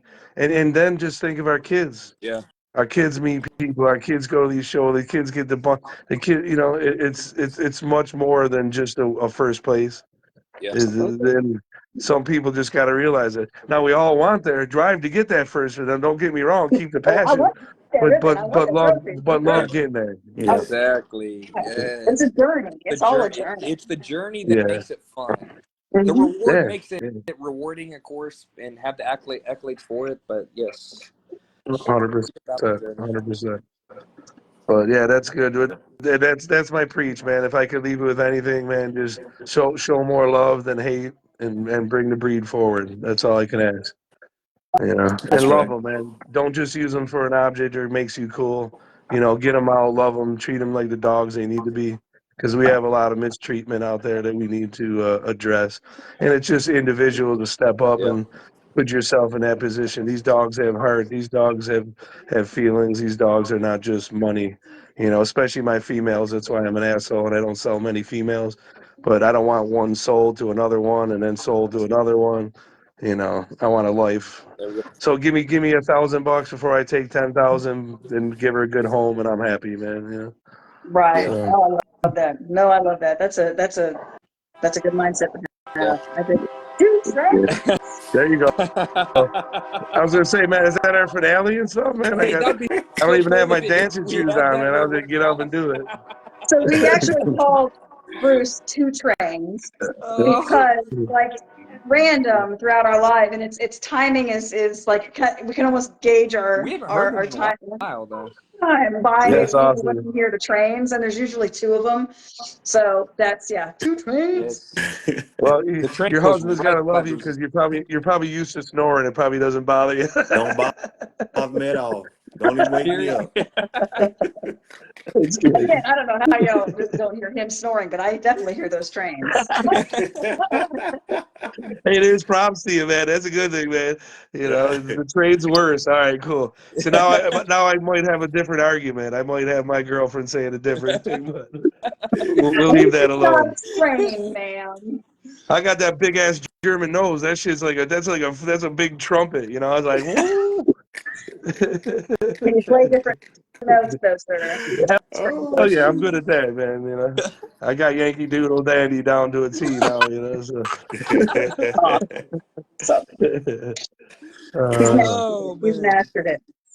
That's awesome. Awesome. And you guys, you know, Well, anytime you guys want me on, man, I'm always here to talk anything, any subjects. We And would definitely even talk about the weather. We can do that too. I'm all right with that too. All right. Definitely appreciate you coming on with us. Oh yeah, Hey John, I it's been a love it, pleasure. man. Thank you, man.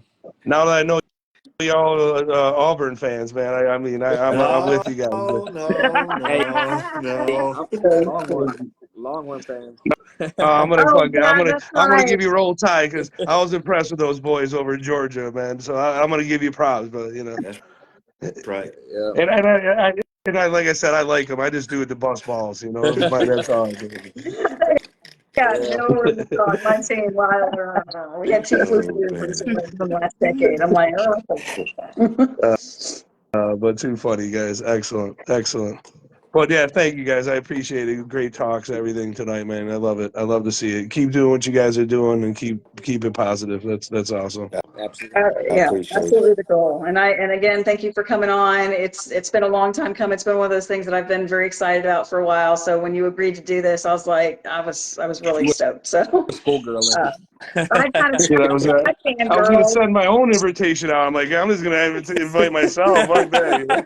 No, I'm kidding. I know. Now I'm not gonna lie. Like the last time I reached out to you, I was just like, I'm gonna be coy and like talk about something else, and then maybe he'll be like mentioning the live, and then he did. And I was like, See, yeah.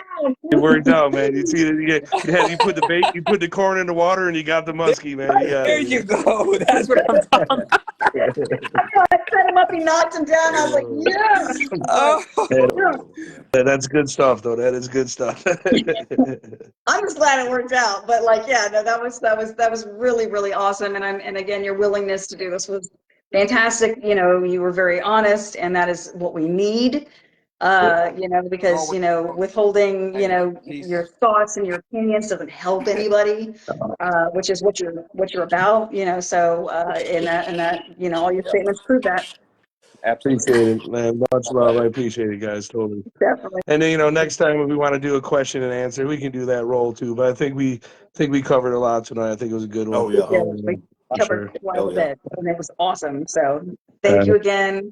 For those of you who are still tuned in or are watching this later, obviously, if you're liking what you're hearing, you have any questions or anything like that, obviously, hit any one of us up, share it. It'll be up on the YouTube channel within the next like 48 hours or so. So definitely Cool. that'll also be a way you can share it as well and view it at your leisure. So definitely thank you again. You're the man, We John. will. And I'll share that for you guys over in Europe. A lot of people time change now, so we'll get everybody over in Europe live tomorrow too for you guys. Yeah. Thank you. All I right. love it. That'll I work. appreciate it, sir. All right, no All right, guys. problem. All right, much love, man, and we'll see you guys All right. soon. Be safe. Y'all All take care. right. Absolutely, Peace. gentlemen. Peace. Thank you All right. again. Bye. Have a good night.